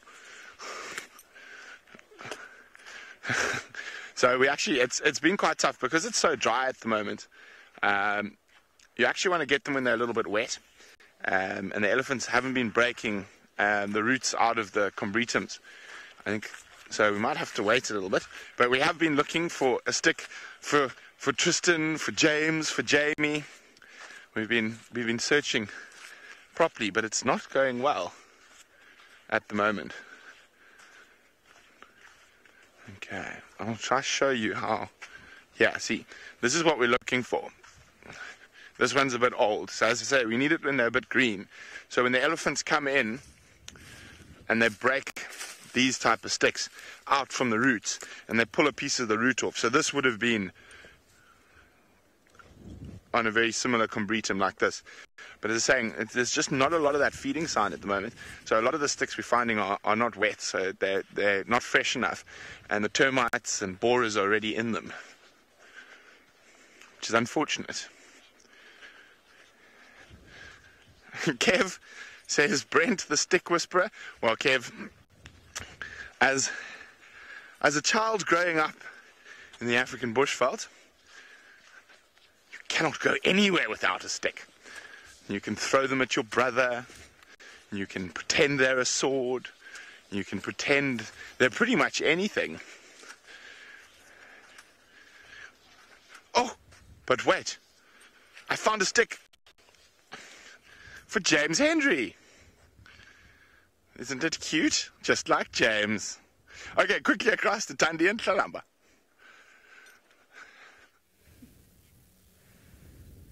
Ha ha ha ha ha ha ha. Funny. Brent keeping us all entertained this morning. So, Tlalamba has very kindly come out into the open and is really sweetly cleaning her mum of ticks and parasites and all sorts of things. She's been gently washing her mum's face, and Thandi, being Thandi, is growling affectionately at her. Growling and snarling. All of those of us, or you, who grew up with strict mothers, take note. Kirsty thinks she might be smiling. Sure. She's smiling. She's smiling on the inside. Tough love. Tlalamba's given up now. Tlalamba's moved on to her own fur. She's done being snarled at by Mum. She's now... What are you chewing, Tlalamba? Are you eating sticks?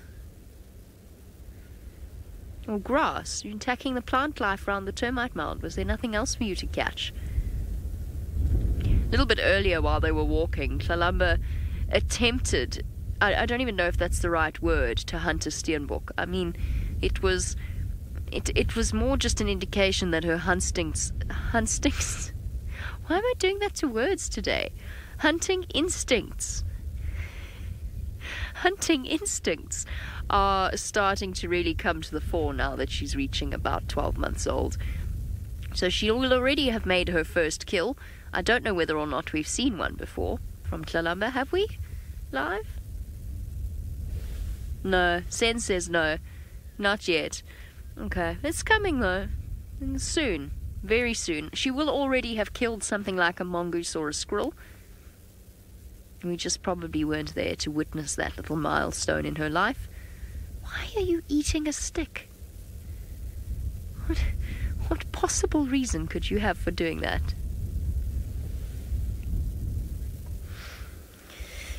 Nancy, no. Sadly not. She's not yet old enough to be safe from the attentions of Hukumuri. I'm no longer going to say his name in a sinister voice. I'm done with that now. I'm done with that silliness. So she's not, unfortunately, old enough to be safe. So Tundi should not really be coming back into estrus in the next few months. It differs from leopards to leopards, and of course they do mate often before their cubs are independent from them. But really there's a birthing interval of about 2.5-3 years between giving birth to one litter of cubs, raising it to independence, and then giving birth to the next set of cubs. At this point, Hukumuri would aim to kill little Tlalamba to bring Tundi back into estrus. I've always found it a bit weird, though. Oh, Tundi, you are such a grump. I love it. Oh, yes. His snarl.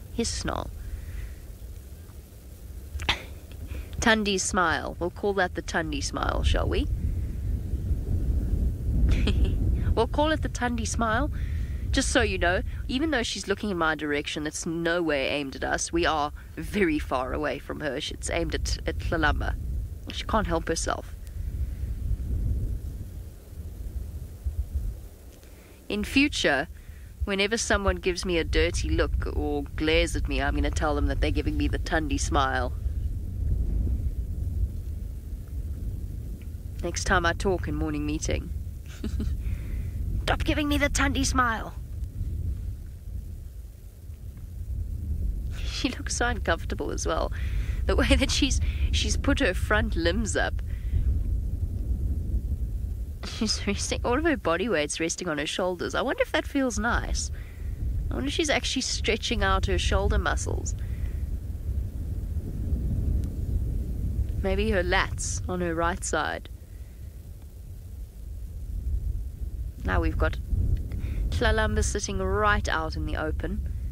Let me have a good look at you, little girl, because I didn't really yesterday because we were following you around.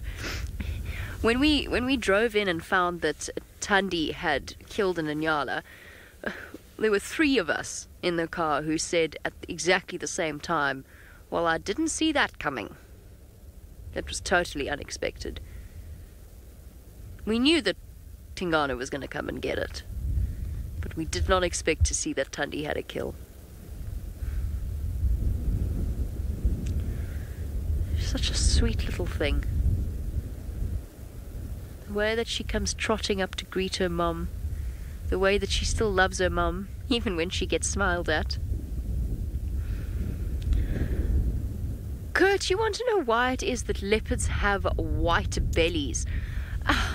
No one really knows the exact answer to that. I've heard some people blithely claim that on hot days what they'll do, like lions, because lions do have paler bellies than the rest of them, that they'll go lie on their backs and they will expose their tummy to the harsh sun, so that, because of course with white it won't absorb the heat quite as much as a dark color will.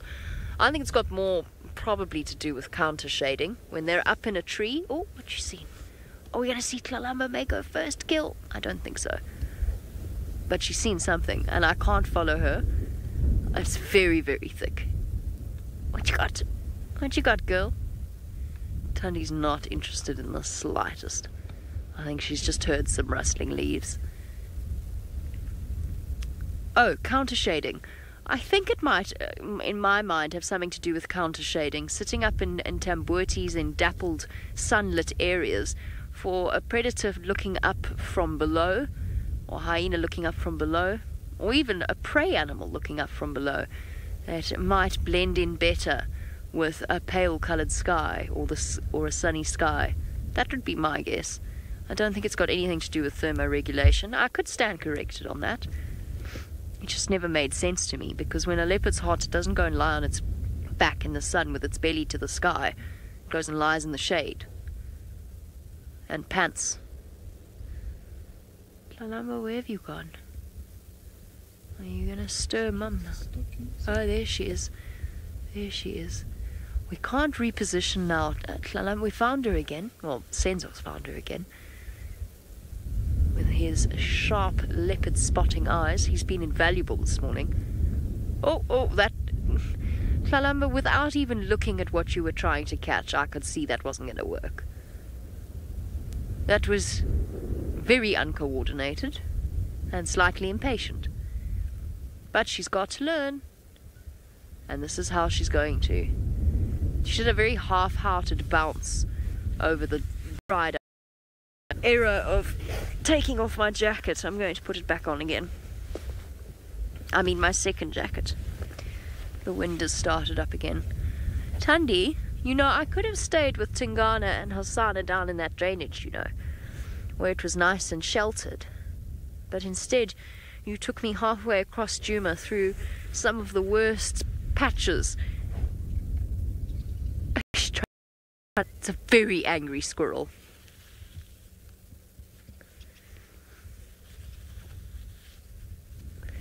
It's going to be very faint, the sound of a squirrel, due to the wind.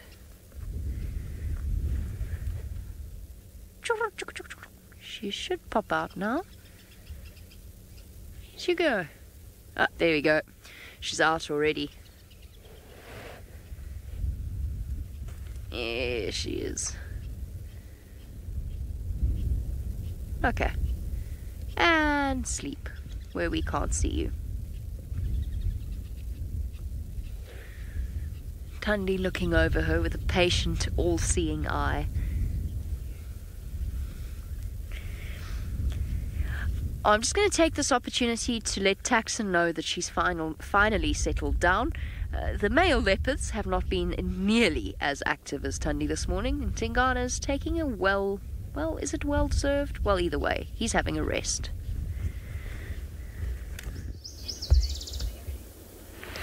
Well, very true, Jamie, and they have not been as active as Tundi, but I suppose they had a big night last night, these two boys. They had lots to do and lots of things up and down, and so I suppose a rest is exactly what they need, but whether it's deserved, like Jamie says, I'm not quite sure. You can see Tingana has somehow got himself into a somewhat comfortable position. It doesn't look great. I mean, he's got his paw up that he's trying to rest on, almost like a pillow, and that surely can't be that comfortable for that much longer. I mean, he's eventually going to have to try and find himself a better spot. Otherwise, he's going to have a very sore paw by the end of today. Lying on it like that, as much like sleeping on your own hand for a while, it just goes dead, I would imagine. It can't be very comfortable. Look at that. It almost looks like a headless leopard. Very funny. Tingana, are you in full sausage mode now, boy? Yes, he's even fast asleep, not even listening to us at the moment. He was at one point very alert and kind of facing that way and just staring.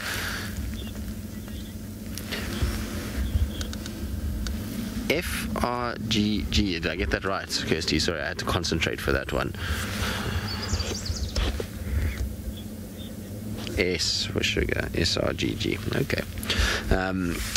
Why are cheetahs loners like leopards? No, not always. So cheetah males will often form coalitions. So in the Mara, there's the very famous coalition of 5 cheetahs that are together, and there's also then a coalition of 2 that are down on the border. And here we used to see a coalition of 2 as well around Cheetah Plains area. So no, cheetahs typically in males will try and form coalitions because it's obviously beneficial to them to dominate and to find themselves a territory and to be able to then keep that territory. It's also more eyes and ears to be able to look out for other predators, and generally they can then bring down quite large animals. Female cheetahs, on the other hand, I mean, they are loners, except that they will often have cubs accompanying them, and so very seldom that they are by themselves. They generally start to mate and have cubs, and then much like a female leopard, I would suppose, in many respects. But the males definitely are quite sociable and will definitely form coalitions together to move around, whereas male leopards aren't like that. They don't like to form a coalition. They like to kind of be on their own, although these 2 males are constantly around one another in the last few months. It's almost as though they could be a coalition, but they don't walk together. They don't groom one another. They don't sort of scent together, so they're definitely not a coalition. It's just kind of food that's brought them together, and circumstance more than anything else that means that we see them every now and then bumping into one another. It will change though in the summer. You'll find as more water comes available, they won't have to be pulled into the same areas as often, and you probably find that the 2 won't interact nearly as much as what they have during the past few months. But yeah, so the basic answer to that, I suppose, is that cheetah males, yes; cheetah females, no. There's not really much difference between them and leopards in terms of their sort of solitary lifestyle. Tingy, what are you watching, boy? He kind of keeps having the stern gaze out that direction. I wonder if he's trying to just see if there's any sign of the Tundi at that other old kill. We went past there. Obviously, Tundi was there this morning, and there's just a few bones that are still stuck in the tree itself. And so maybe he's just looking in that direction just to see if he can see anything. It's exactly the direction as to where that kind of carcass was. Hosana's also been flat sleeping. He's just woken up all of a sudden. He's decided to put his head up and kind of look around. There's a bit of a gust of wind that's woken both of them up, I think. So there's Tingana, and you can see Hosana is behind this horrible little bush. You can just see his kind of spots, but he was completely passed out sleeping, and all of a sudden now he's decided to wake up a little bit and kind of open his eyes and just look around. Like I say, when the wind gusts, these leopards often do this. You'll find that they'll kind of get into these positions where they'll wake up and listen and look around. I'm sure a lot of information is carried on these winds, and they can work out exactly what's going on. Now Tingana is also still staring off in the same direction, kind of got this wide-eyed gaze at the moment. He's just looking and kind of figuring things out. And your girlfriend is long gone, Tingana. She left. You stole her kill, and she's no longer here. And your daughter is also gone without food because of you. Doesn't care, does he? No. Certainly doesn't look like he cares. Right, while Tingana stares off into the distance, it's a beautiful shot of his eyes. And send you back across to Brent and see how his mission in stick finding has gone this morning. I'm staring off into the distance like Tingana because my stick finding mission has been very, very unsuccessful. We, however, have found leopard tracks of Shidulu, most likely, female leopard, but we think it's from last night, so not that fresh. So we're trying to jump up ahead to see if she crossed Vuyatela access. We're just keeping an eye out. There's also been elephants and stuff that have walked over the tracks. So unfortunately, I think while we were having all the fun with Hosana and Tingana and Tundi and Tlalamba last night, Shidulu was cruising through here. Ha! Apparently everyone voted that I have a man purse. David, Do I have a man purse? Sure. Pink one. I definitely do not have a man purse. I have pockets. And that is also true. Jamie's just said, I have Jamie. So anything I need to put, I'll just give to Jamie, and she puts it in her handbag, so I can run around unfettered. Yes. No, I do not have a man purse. I have never seen the need for a man purse. However, David Eastaugh is wearing a man purse. But as a cameraman on Bushwalk, he has to have a man purse. But, David, do you wear that when you're on leave? There's only one man who can pull off a man purse, and that is Scott Dyson. But Scott Dyson is the only human being, or male human I've met who can pull off a man purse. Actually, the only human. Girls don't wear those things either. They're horrible. Please don't. David, you're horrible. Kirsten says she's going to buy me a man purse for Christmas. What could I keep in a man purse? A snake and scorpion, and ask you to fetch something, or Kirsten, so as you put your hand in it, it bites you or stings you. Chris says Indiana Jones had a man purse. I'm not Indiana Jones, Chris. I'm Brent. Brent doesn't need a man purse. Herbie is throwing something at me. Oh my goodness! An early marula. This tree's got a few marulla's fruit on it. Isn't that cool? You can just see the tiny little marullas forming here already.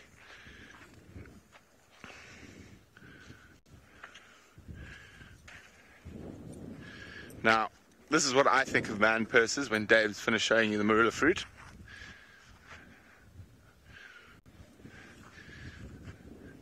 Let's see, we're going to hit it. Oh no, we missed! Trying to hit it too far. Let's do it again. There we go. That's what I think of man purses. See, I don't understand. I think it's the modern man. The modern man needs to use cream and what and whatnot. They also need to have more shoes than is necessary. David, how many pairs of shoes do you own? He doesn't know. That's how many there are. He doesn't know. See, Dave is quite a bit younger. I have a pair of boots, a pair of flip-flops, a pair of sandals for bushwalk, and a pair of wedding shoes, what I call wedding shoes, fancy black shoes that I have to wear with tuxedos or suits or whatnot. Those are all the shoes a man needs in his life. Oh, and a pair of running shoes. Sorry. Cool. That's all you need.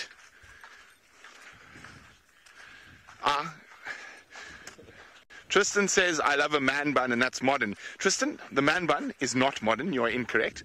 The man bun, if you think about it, Vikings, ancient Egyptians. So no, the man bun is not modern. But now, I can't man bun anymore. I can't be the safari samurais, because that's how old man buns are, is because we have microphones in our hats. I can't man bun it anymore.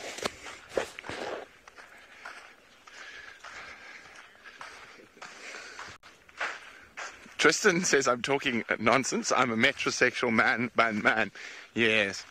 I've been described as many things in my life.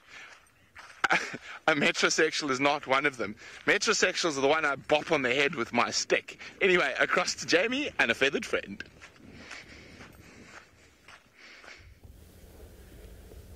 What absolute nonsense.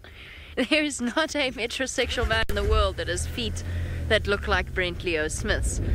Let me tell you something. I've lost Tundi, by the way. She's moved across this thick area, so I'm just doing a slow crawl to see if she's hunting something. I think she is now in hunting mode, and I don't want to disturb her, but it gives me a great opportunity to tell you something about Brent.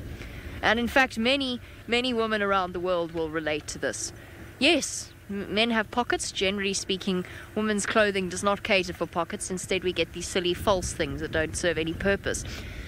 But what happens is, a woman everywhere, myself included, will be mocked mercilessly for the contents of our handbags. As soon as we go out, can you just put this in there? Can you just put that in there? And just hold my phone and pop it in there. Can you just put my wallet in there? Until by the end of it, you are walking around and say, just hold my camera. You're walking around as though you have terrible posture and a slightly slightly dislocated pelvis from the sheer weight of your handbag, which contains perhaps 2 items of yours. Okay, maybe 3, let's be fair. And the rest of it is the man's. So, yes, pockets. Sure, pockets. Now, Brent doesn't have a man bag. I think you should all buy one for him. Yes, and Brent's snake and scorpion. I'll end up carrying that too. Please don't get him one, because I'll end up carrying that too. I wish I could cartoon, because I would love to draw what it's like for us to travel through an airport together. Picture this. It's Brent striding ahead with his trolley, with the airport trolley, the luggage trolley, packed full of stuff, very little of which is mine. And then there's Jamie walking behind with assorted fishing rods and camera equipment, with my hair dripping from sweat because it's always a hot airport, and carrying the fishing rods, trying to keep up with his 6-foot stride. I wish I could draw. I really do. Those fishing rods. There's some impala over there. That's what I'm looking at. I'm just trying to see if Tundi's going to come this way. Looking to see if she's going to pop out here. I've lost her. There were some rattling testiculars alarm calling earlier.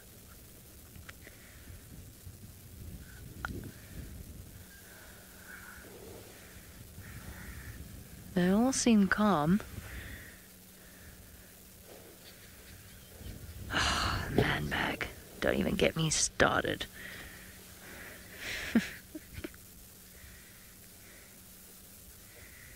Can also ask Brenty how he managed to forget the charger for his shaver. Oh, there's an impala a bit closer, actually. They're all still very fluffed up, dark red in colour, because they are chilly this morning. The wind is still blowing. It's actually got colder from when we first went out.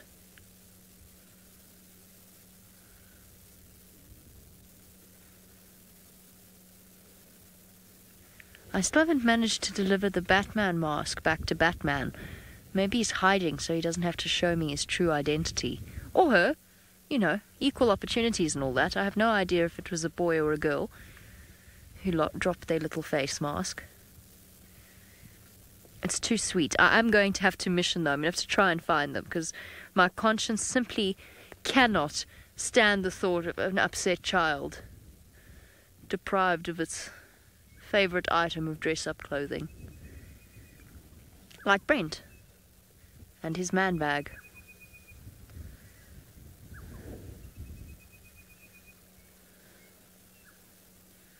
Listening carefully for a moment. All I can hear is an orange-breasted bushshrike. Trying to see... Wait, what's that impala looking at there? Sens, can we have a look? I just don't want to move right now. That impala's got a look as if to say she's not comfortable. I know it's behind some trees. It's got the same... That impala's got the same feeling I do. That something's not 100% right.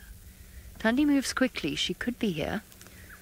I'm just going to slowly roll us forward. We're far enough away that we shouldn't frighten it. Can't roll us forward. Not enough of an incline. There. How's that, Sense? Can you see it there? Much better.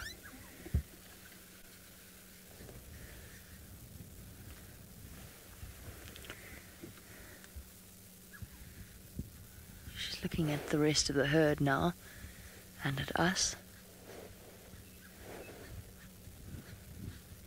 But now I can hear Sesticula's alarm calling past the impala herd.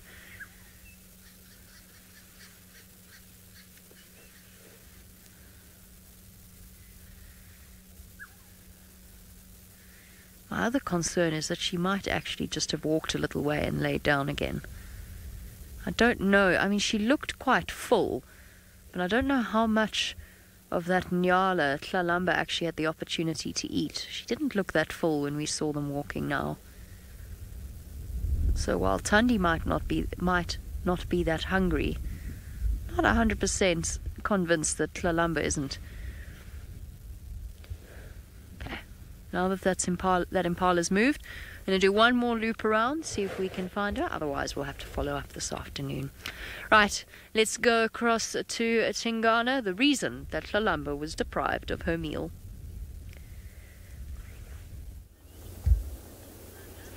Exactly. Poor little Tlalamba was deprived of her food by these big boys that are sitting here, and you can see there is full sausage mode going on. He's got a very interesting way that he's sitting in the tree at the moment. He's got both legs kind of eased off to one side very nonchalantly, and then he's kind of exactly side saddle. There we go.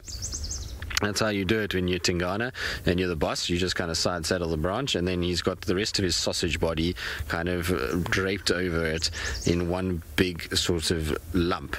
He does look very sausage-like when he's like this, doesn't he? It's just kind of all this body and very little kind of shape to it other than roundness. But he's got massive kind of arms as well. When you look at it, or legs, sorry, what you call them, they're not arms.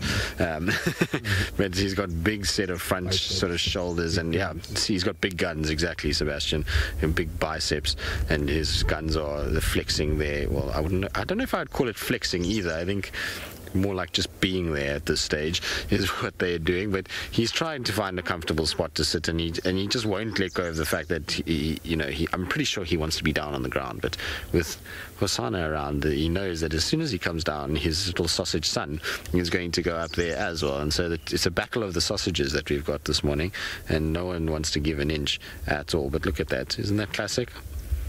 Tingana, you are another story.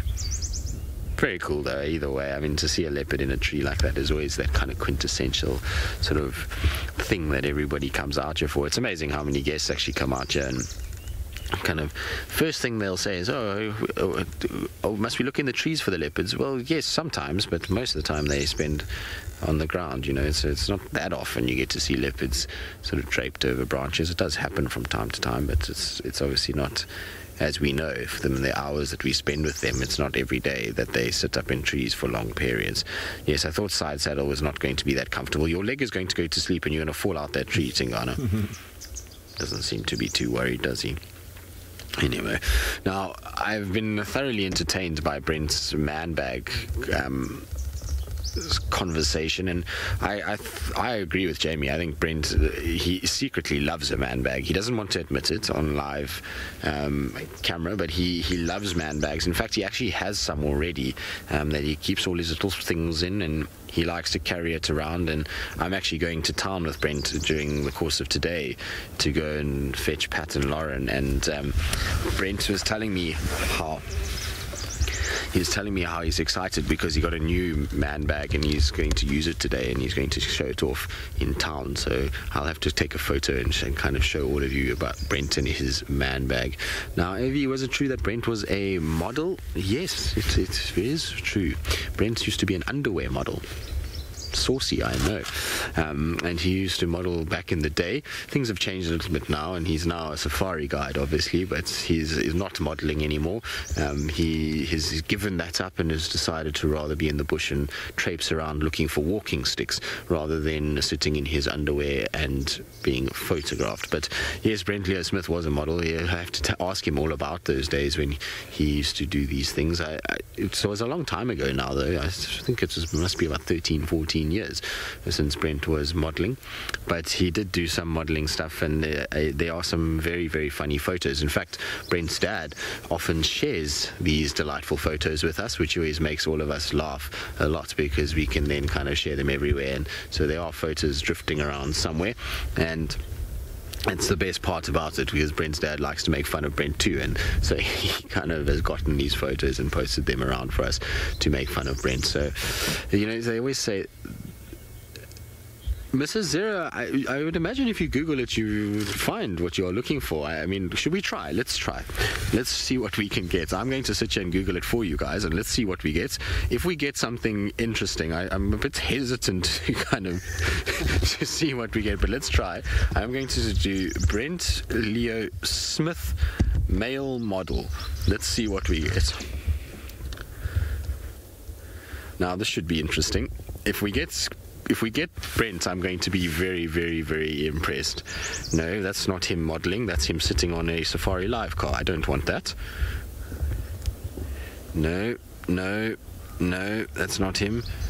I'm looking for Brent Leo Smith modeling, but I can't find anything. Kirsty, do you have any links that we can use? There's many photos of Brent Leo Smith sitting on a vehicle. Brent Leo Smith is also Googling. Oh, there's David and Senzo. And Sebastian, there you are too. I don't know why you come up when it's... On the website. Well, yes, I've just Googled Brent Leo Smith male model and you've come up. Steve as well, yes. I think even I'm here. Yes, I'm also here. Where? Yeah.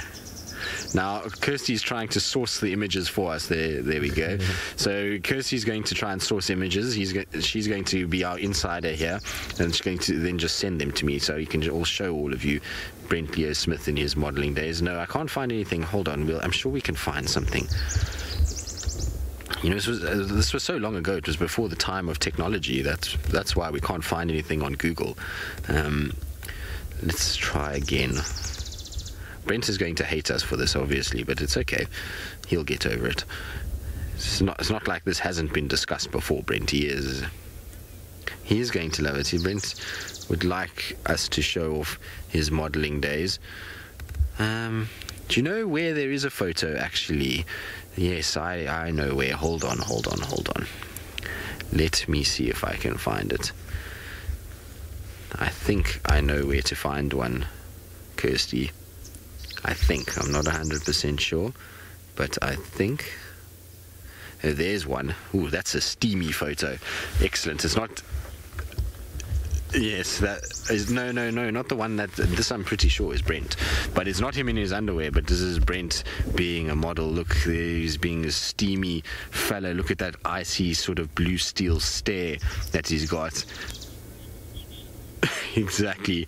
Now tell me that is not a man that has a man bag.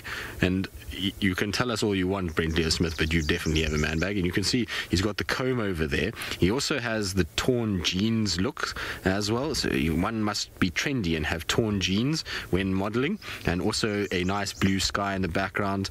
Yes, that was Brent Leo Smith in his heyday when he was a male model. I reckon he can do that pose now. Let's ask him to do it, Kirsty. Let's send him the photo and ask him to please pose like this for all of us. We want to see Brent Leo Smith as a male model, but that pose specifically, I'll get it out eventually. Okay, I'll send it to you, Kirsty. I'll send it to Brent, and then he needs to just try and replicate it, and then we're going to score him out of 10, everybody. So we'll do hashtag SafariLive, the rating, Brent's model rating, then versus now. And we'll kind of see whether or not Brent Leo Smith is still got what it takes. But there we go. Look at that. We found a picture of him modeling. We'll have to try and find more. I know his dad has got many, and we'll try and find some more of Brent. But I'm going to send this quickly to Brent. Let's just forward this.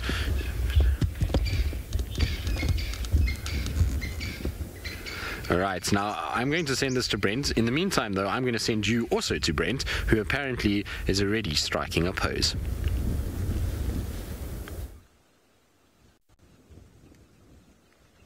Tristan will pay. Mark my words, Tristan will pay. Tristan will pay dearly for this. Anyway, at least I could be a male model, Tristan. You were always just too fat. Okay. Now let's get back to something serious.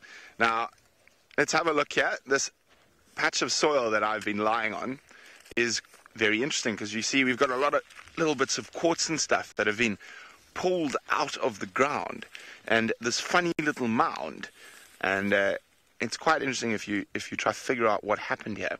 So what's happened is there used to be a big tree here, and it's fallen down a long time ago because there's almost nothing left of the tree. There's a bit of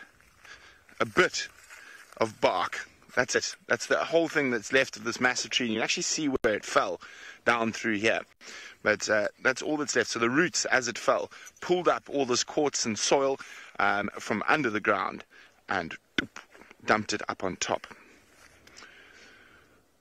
Now this wind is horrible still at the moment, and we are slowly making our way back towards quarantine, and we've got to...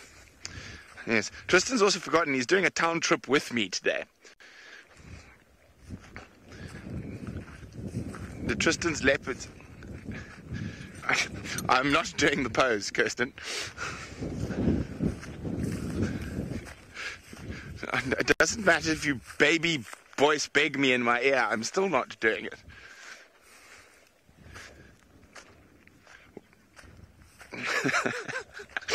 Go away, Kirsten. This is all this nonsense in my ear. Kirsten just said 14 minutes of left of drive and they're not going away till I do the pose. I refuse. Let's sit here. Oh, we have found some more stuff there.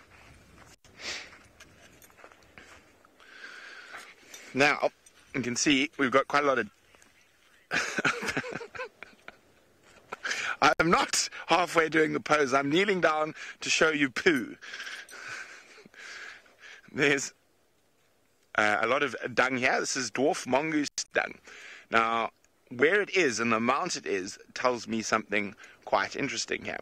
So, if this had been the morning spot, all the dung would be on the other side of the termite mound. So what this is telling me is that the dwarf mongoose, late in the evening, they'll come sun themselves, particularly during winter when it's cold, but they're on the western facing slope. So this will be their afternoon spot where they can relax in the sun before going to snooze.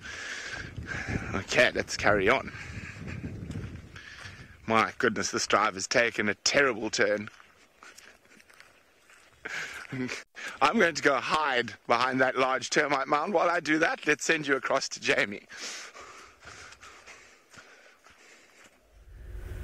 It's going to be the most awkward town trip. I mean, they love each other, really. Ali and I have a running joke that Tristan is my boyfriend's boyfriend, and I can't remember how it goes. It's a running joke. It's a long story. They're very close, really. I can't explain it, it's confusing. But it's just, they spend more time talking to each other than they do to us, I think. I'm pretty certain. Yes, it's a bromance. It's one of them bromance thingies. I've never had any such illustrious career. I mean, I haven't quite done what Brent has done on the catwalks of Milan and New York.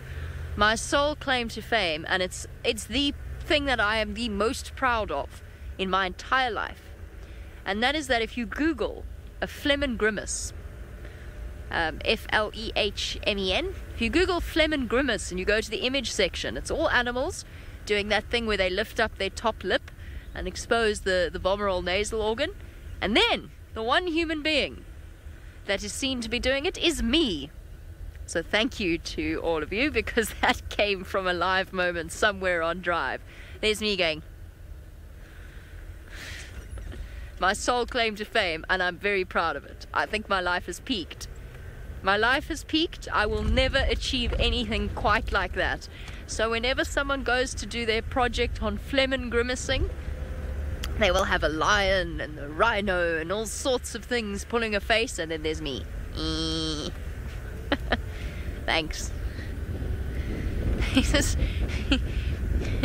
My career at SafariLive has resulted in that.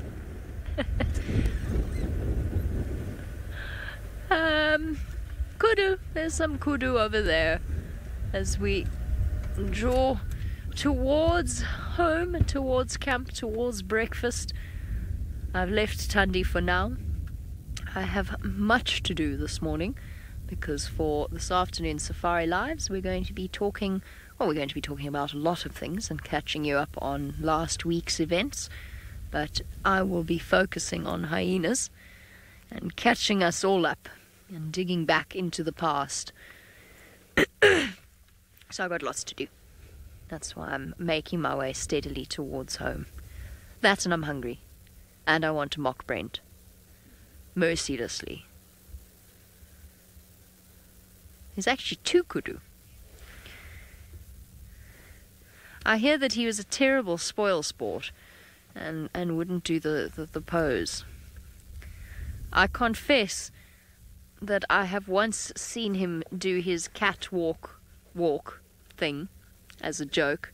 It was hysterical.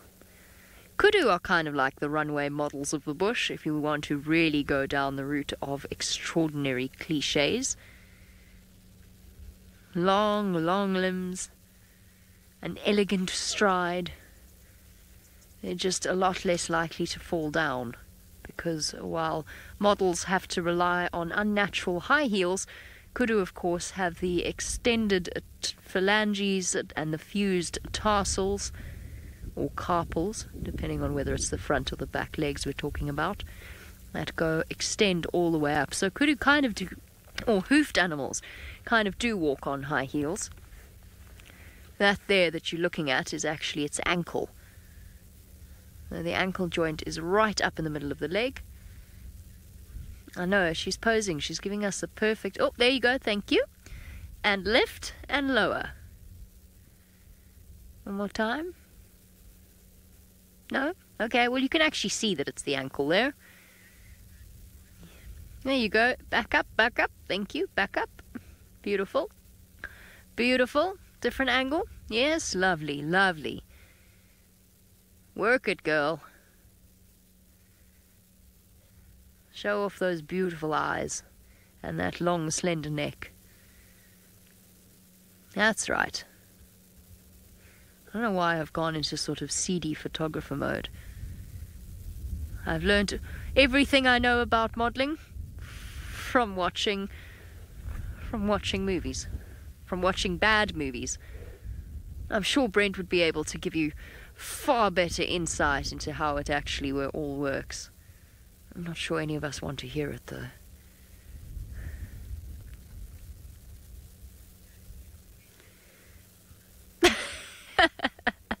There we go. That's it. Slow walk. There's a good girl. No, I'm going to stop the snout. It's creeping me out. And now she's hidden behind a tree. There are many posers out here in the animal kingdom. Leopards, of course, are right up at the top of that list. And the tree. Well, yes, especially on my list, they are right up on top, and they have been nothing short of phenomenal over the last few months. We've been seriously spoiled. It's going to be a tough time when things go into summer and we start battling to find these guys again, because we've become, I think, a little bit spoiled by everything, and we're going to, unfortunately, have to come to the realization that it's not going to be like this forever. Anyway, we'll revel in it while we can and enjoy it. Now, I believe Brent Leo Smith is saying that he's going to get revenge. Brenty, I'm sorry, I didn't mean to, sort of put you off, but I thought these were a part of your days that you weren't going to be too phased about. Also, to be fair, your dad has brought this upon you, because most of the photos that are now flying around through the internet are your dad's doing, and so, we just sharing with the world what young Brent Leo Smith was like, and we're making you're going to be viral today. Everybody's going to be sharing your photos all over the place, and so it's going to be very good. Hopefully by the end of today we'll be able to Google and your name or your pictures will come up. That would be quite something. Exactly, you're going to get 100% increase in your frame today, and so that's always a good increase to get, and so don't worry, Brenty, it's okay, and you'll be just fine. Our town trip is going to be a lot of fun, I would imagine. I'm pretty sure I'm going to get... don't worry, I'm going to, Kirsty. I've already, I'm going to get my darkest pair of sunglasses out, and I'm certainly going to dress up. I'll probably dress up in a suit so that I can just keep everybody away from Brent as he has to sign autographs. I'll have the pen, I'll have the paper. We'll actually probably even book a session. I'll just go to the main town centre and say from 11 until 12, Brent Leo Smith will be signing 100% live autographs for everybody, that he can make sure that we keep everybody in an orderly fashion. We'll have to employ a bit of security though on the way in. I'll have to make some phone calls, but when it's a celebrity like Brenty, then we don't have to worry too much. There's lots of people that will kind of snap to action and we'll get everything organized. But now after this morning, we'll also I'll have to fight off a whole bunch of the ladies. Don't worry, Jamie, I've got this. We'll keep him safe, and we'll make sure that he gets back in one piece. But like I say, it should be an entertaining day. I'm pretty sure Brenty's going to give me a whole bunch of trouble, and he's going to now make it his personal mission to try and find awkward, embarrassing photos of me to share with all of you. But I'm not sure if there are any. I'm trying to think what what awkward photos could be out there. I mean, there's obviously childhood photos, but those are never really that bad. You know, everybody has a childhood, and everybody as a kid has gotten into some sort of a awkward photo at some point. I'm trying to think of anything that Brent could use to kind of give me trouble. No, I suppose there's a few dress-up parties that I went to when I was younger.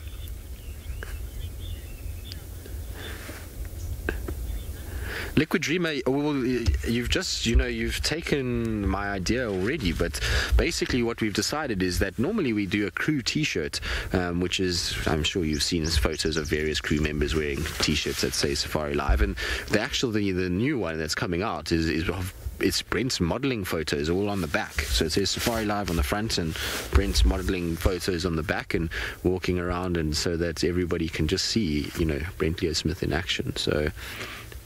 And it'll say exactly. It'll say 100% model and 100% live, and then then it'll be the perfect Brent Leo Smith T-shirts, and we're all going to wear it. We're all going to wear it around and kind of show it off, and Brent will be even more famous than what he is already. So it's going to be a fun time. We'll let you know when the T-shirts are out. Anyone that wants one, just let us know, and we'll try and sort of sort it out. But Brent is going to absolutely kill me. I'm pretty sure by the end of this drive, he's going to be hitting me with those sticks that he's been looking for. But that's okay. That's how it is with Brent and I. We often give each other a little bit of trouble, and it's all in good jest and fun, and like I say, we're just having a bit of a good time. But it's certainly going to be an interesting drive up, because I'm pretty sure I'm going to get an earful the whole way to Hoedspruit at this stage. But it'll be okay. I'll buy Brent an apple juice and he'll be fine, and then everything will be all right. Anyway, Tingana is not fazed by the story at all. He actually he was impersonating Brent at one point just now. He kind of got into his side saddle position, and then he sat upright and gave us a little look over his shoulder.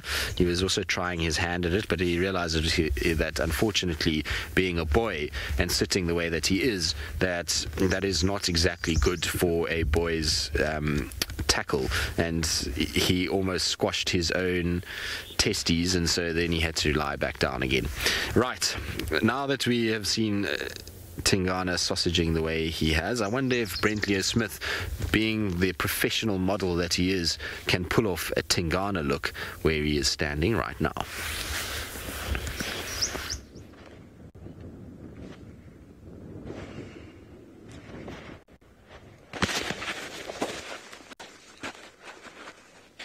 There we go. That's all you get today. Yes, as for all this is in good jest, I will get Tristan Dix back for this.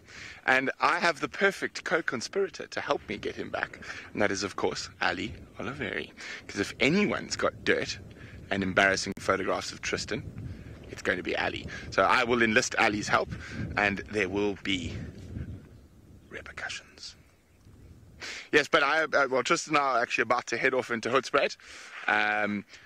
We're picking up the Dive Live people today, who we have now nicknamed the Champfies. So we're going to fetch the Champfies. Everyone remember, if you see a Dive Live presenter, they are only allowed to be called Champfie, which means fish in Shangaan. So the Champfies are arriving today. So that's our main reason for going to town. And the other reason is, even us who live out in the bush have to do horrible things like go fight with the bank. So that's what I'm going to do today, go fight with the bank. But it's been great, it's been fun, it's been a bit quiet on the walk, but I've had a lovely time with all of you. And Tandi, Tlalamba, Tingana, Hassana has spoilt you with all the cats. And for now, I'm going to meander back towards camp. And for the last 20 seconds, I'm going to do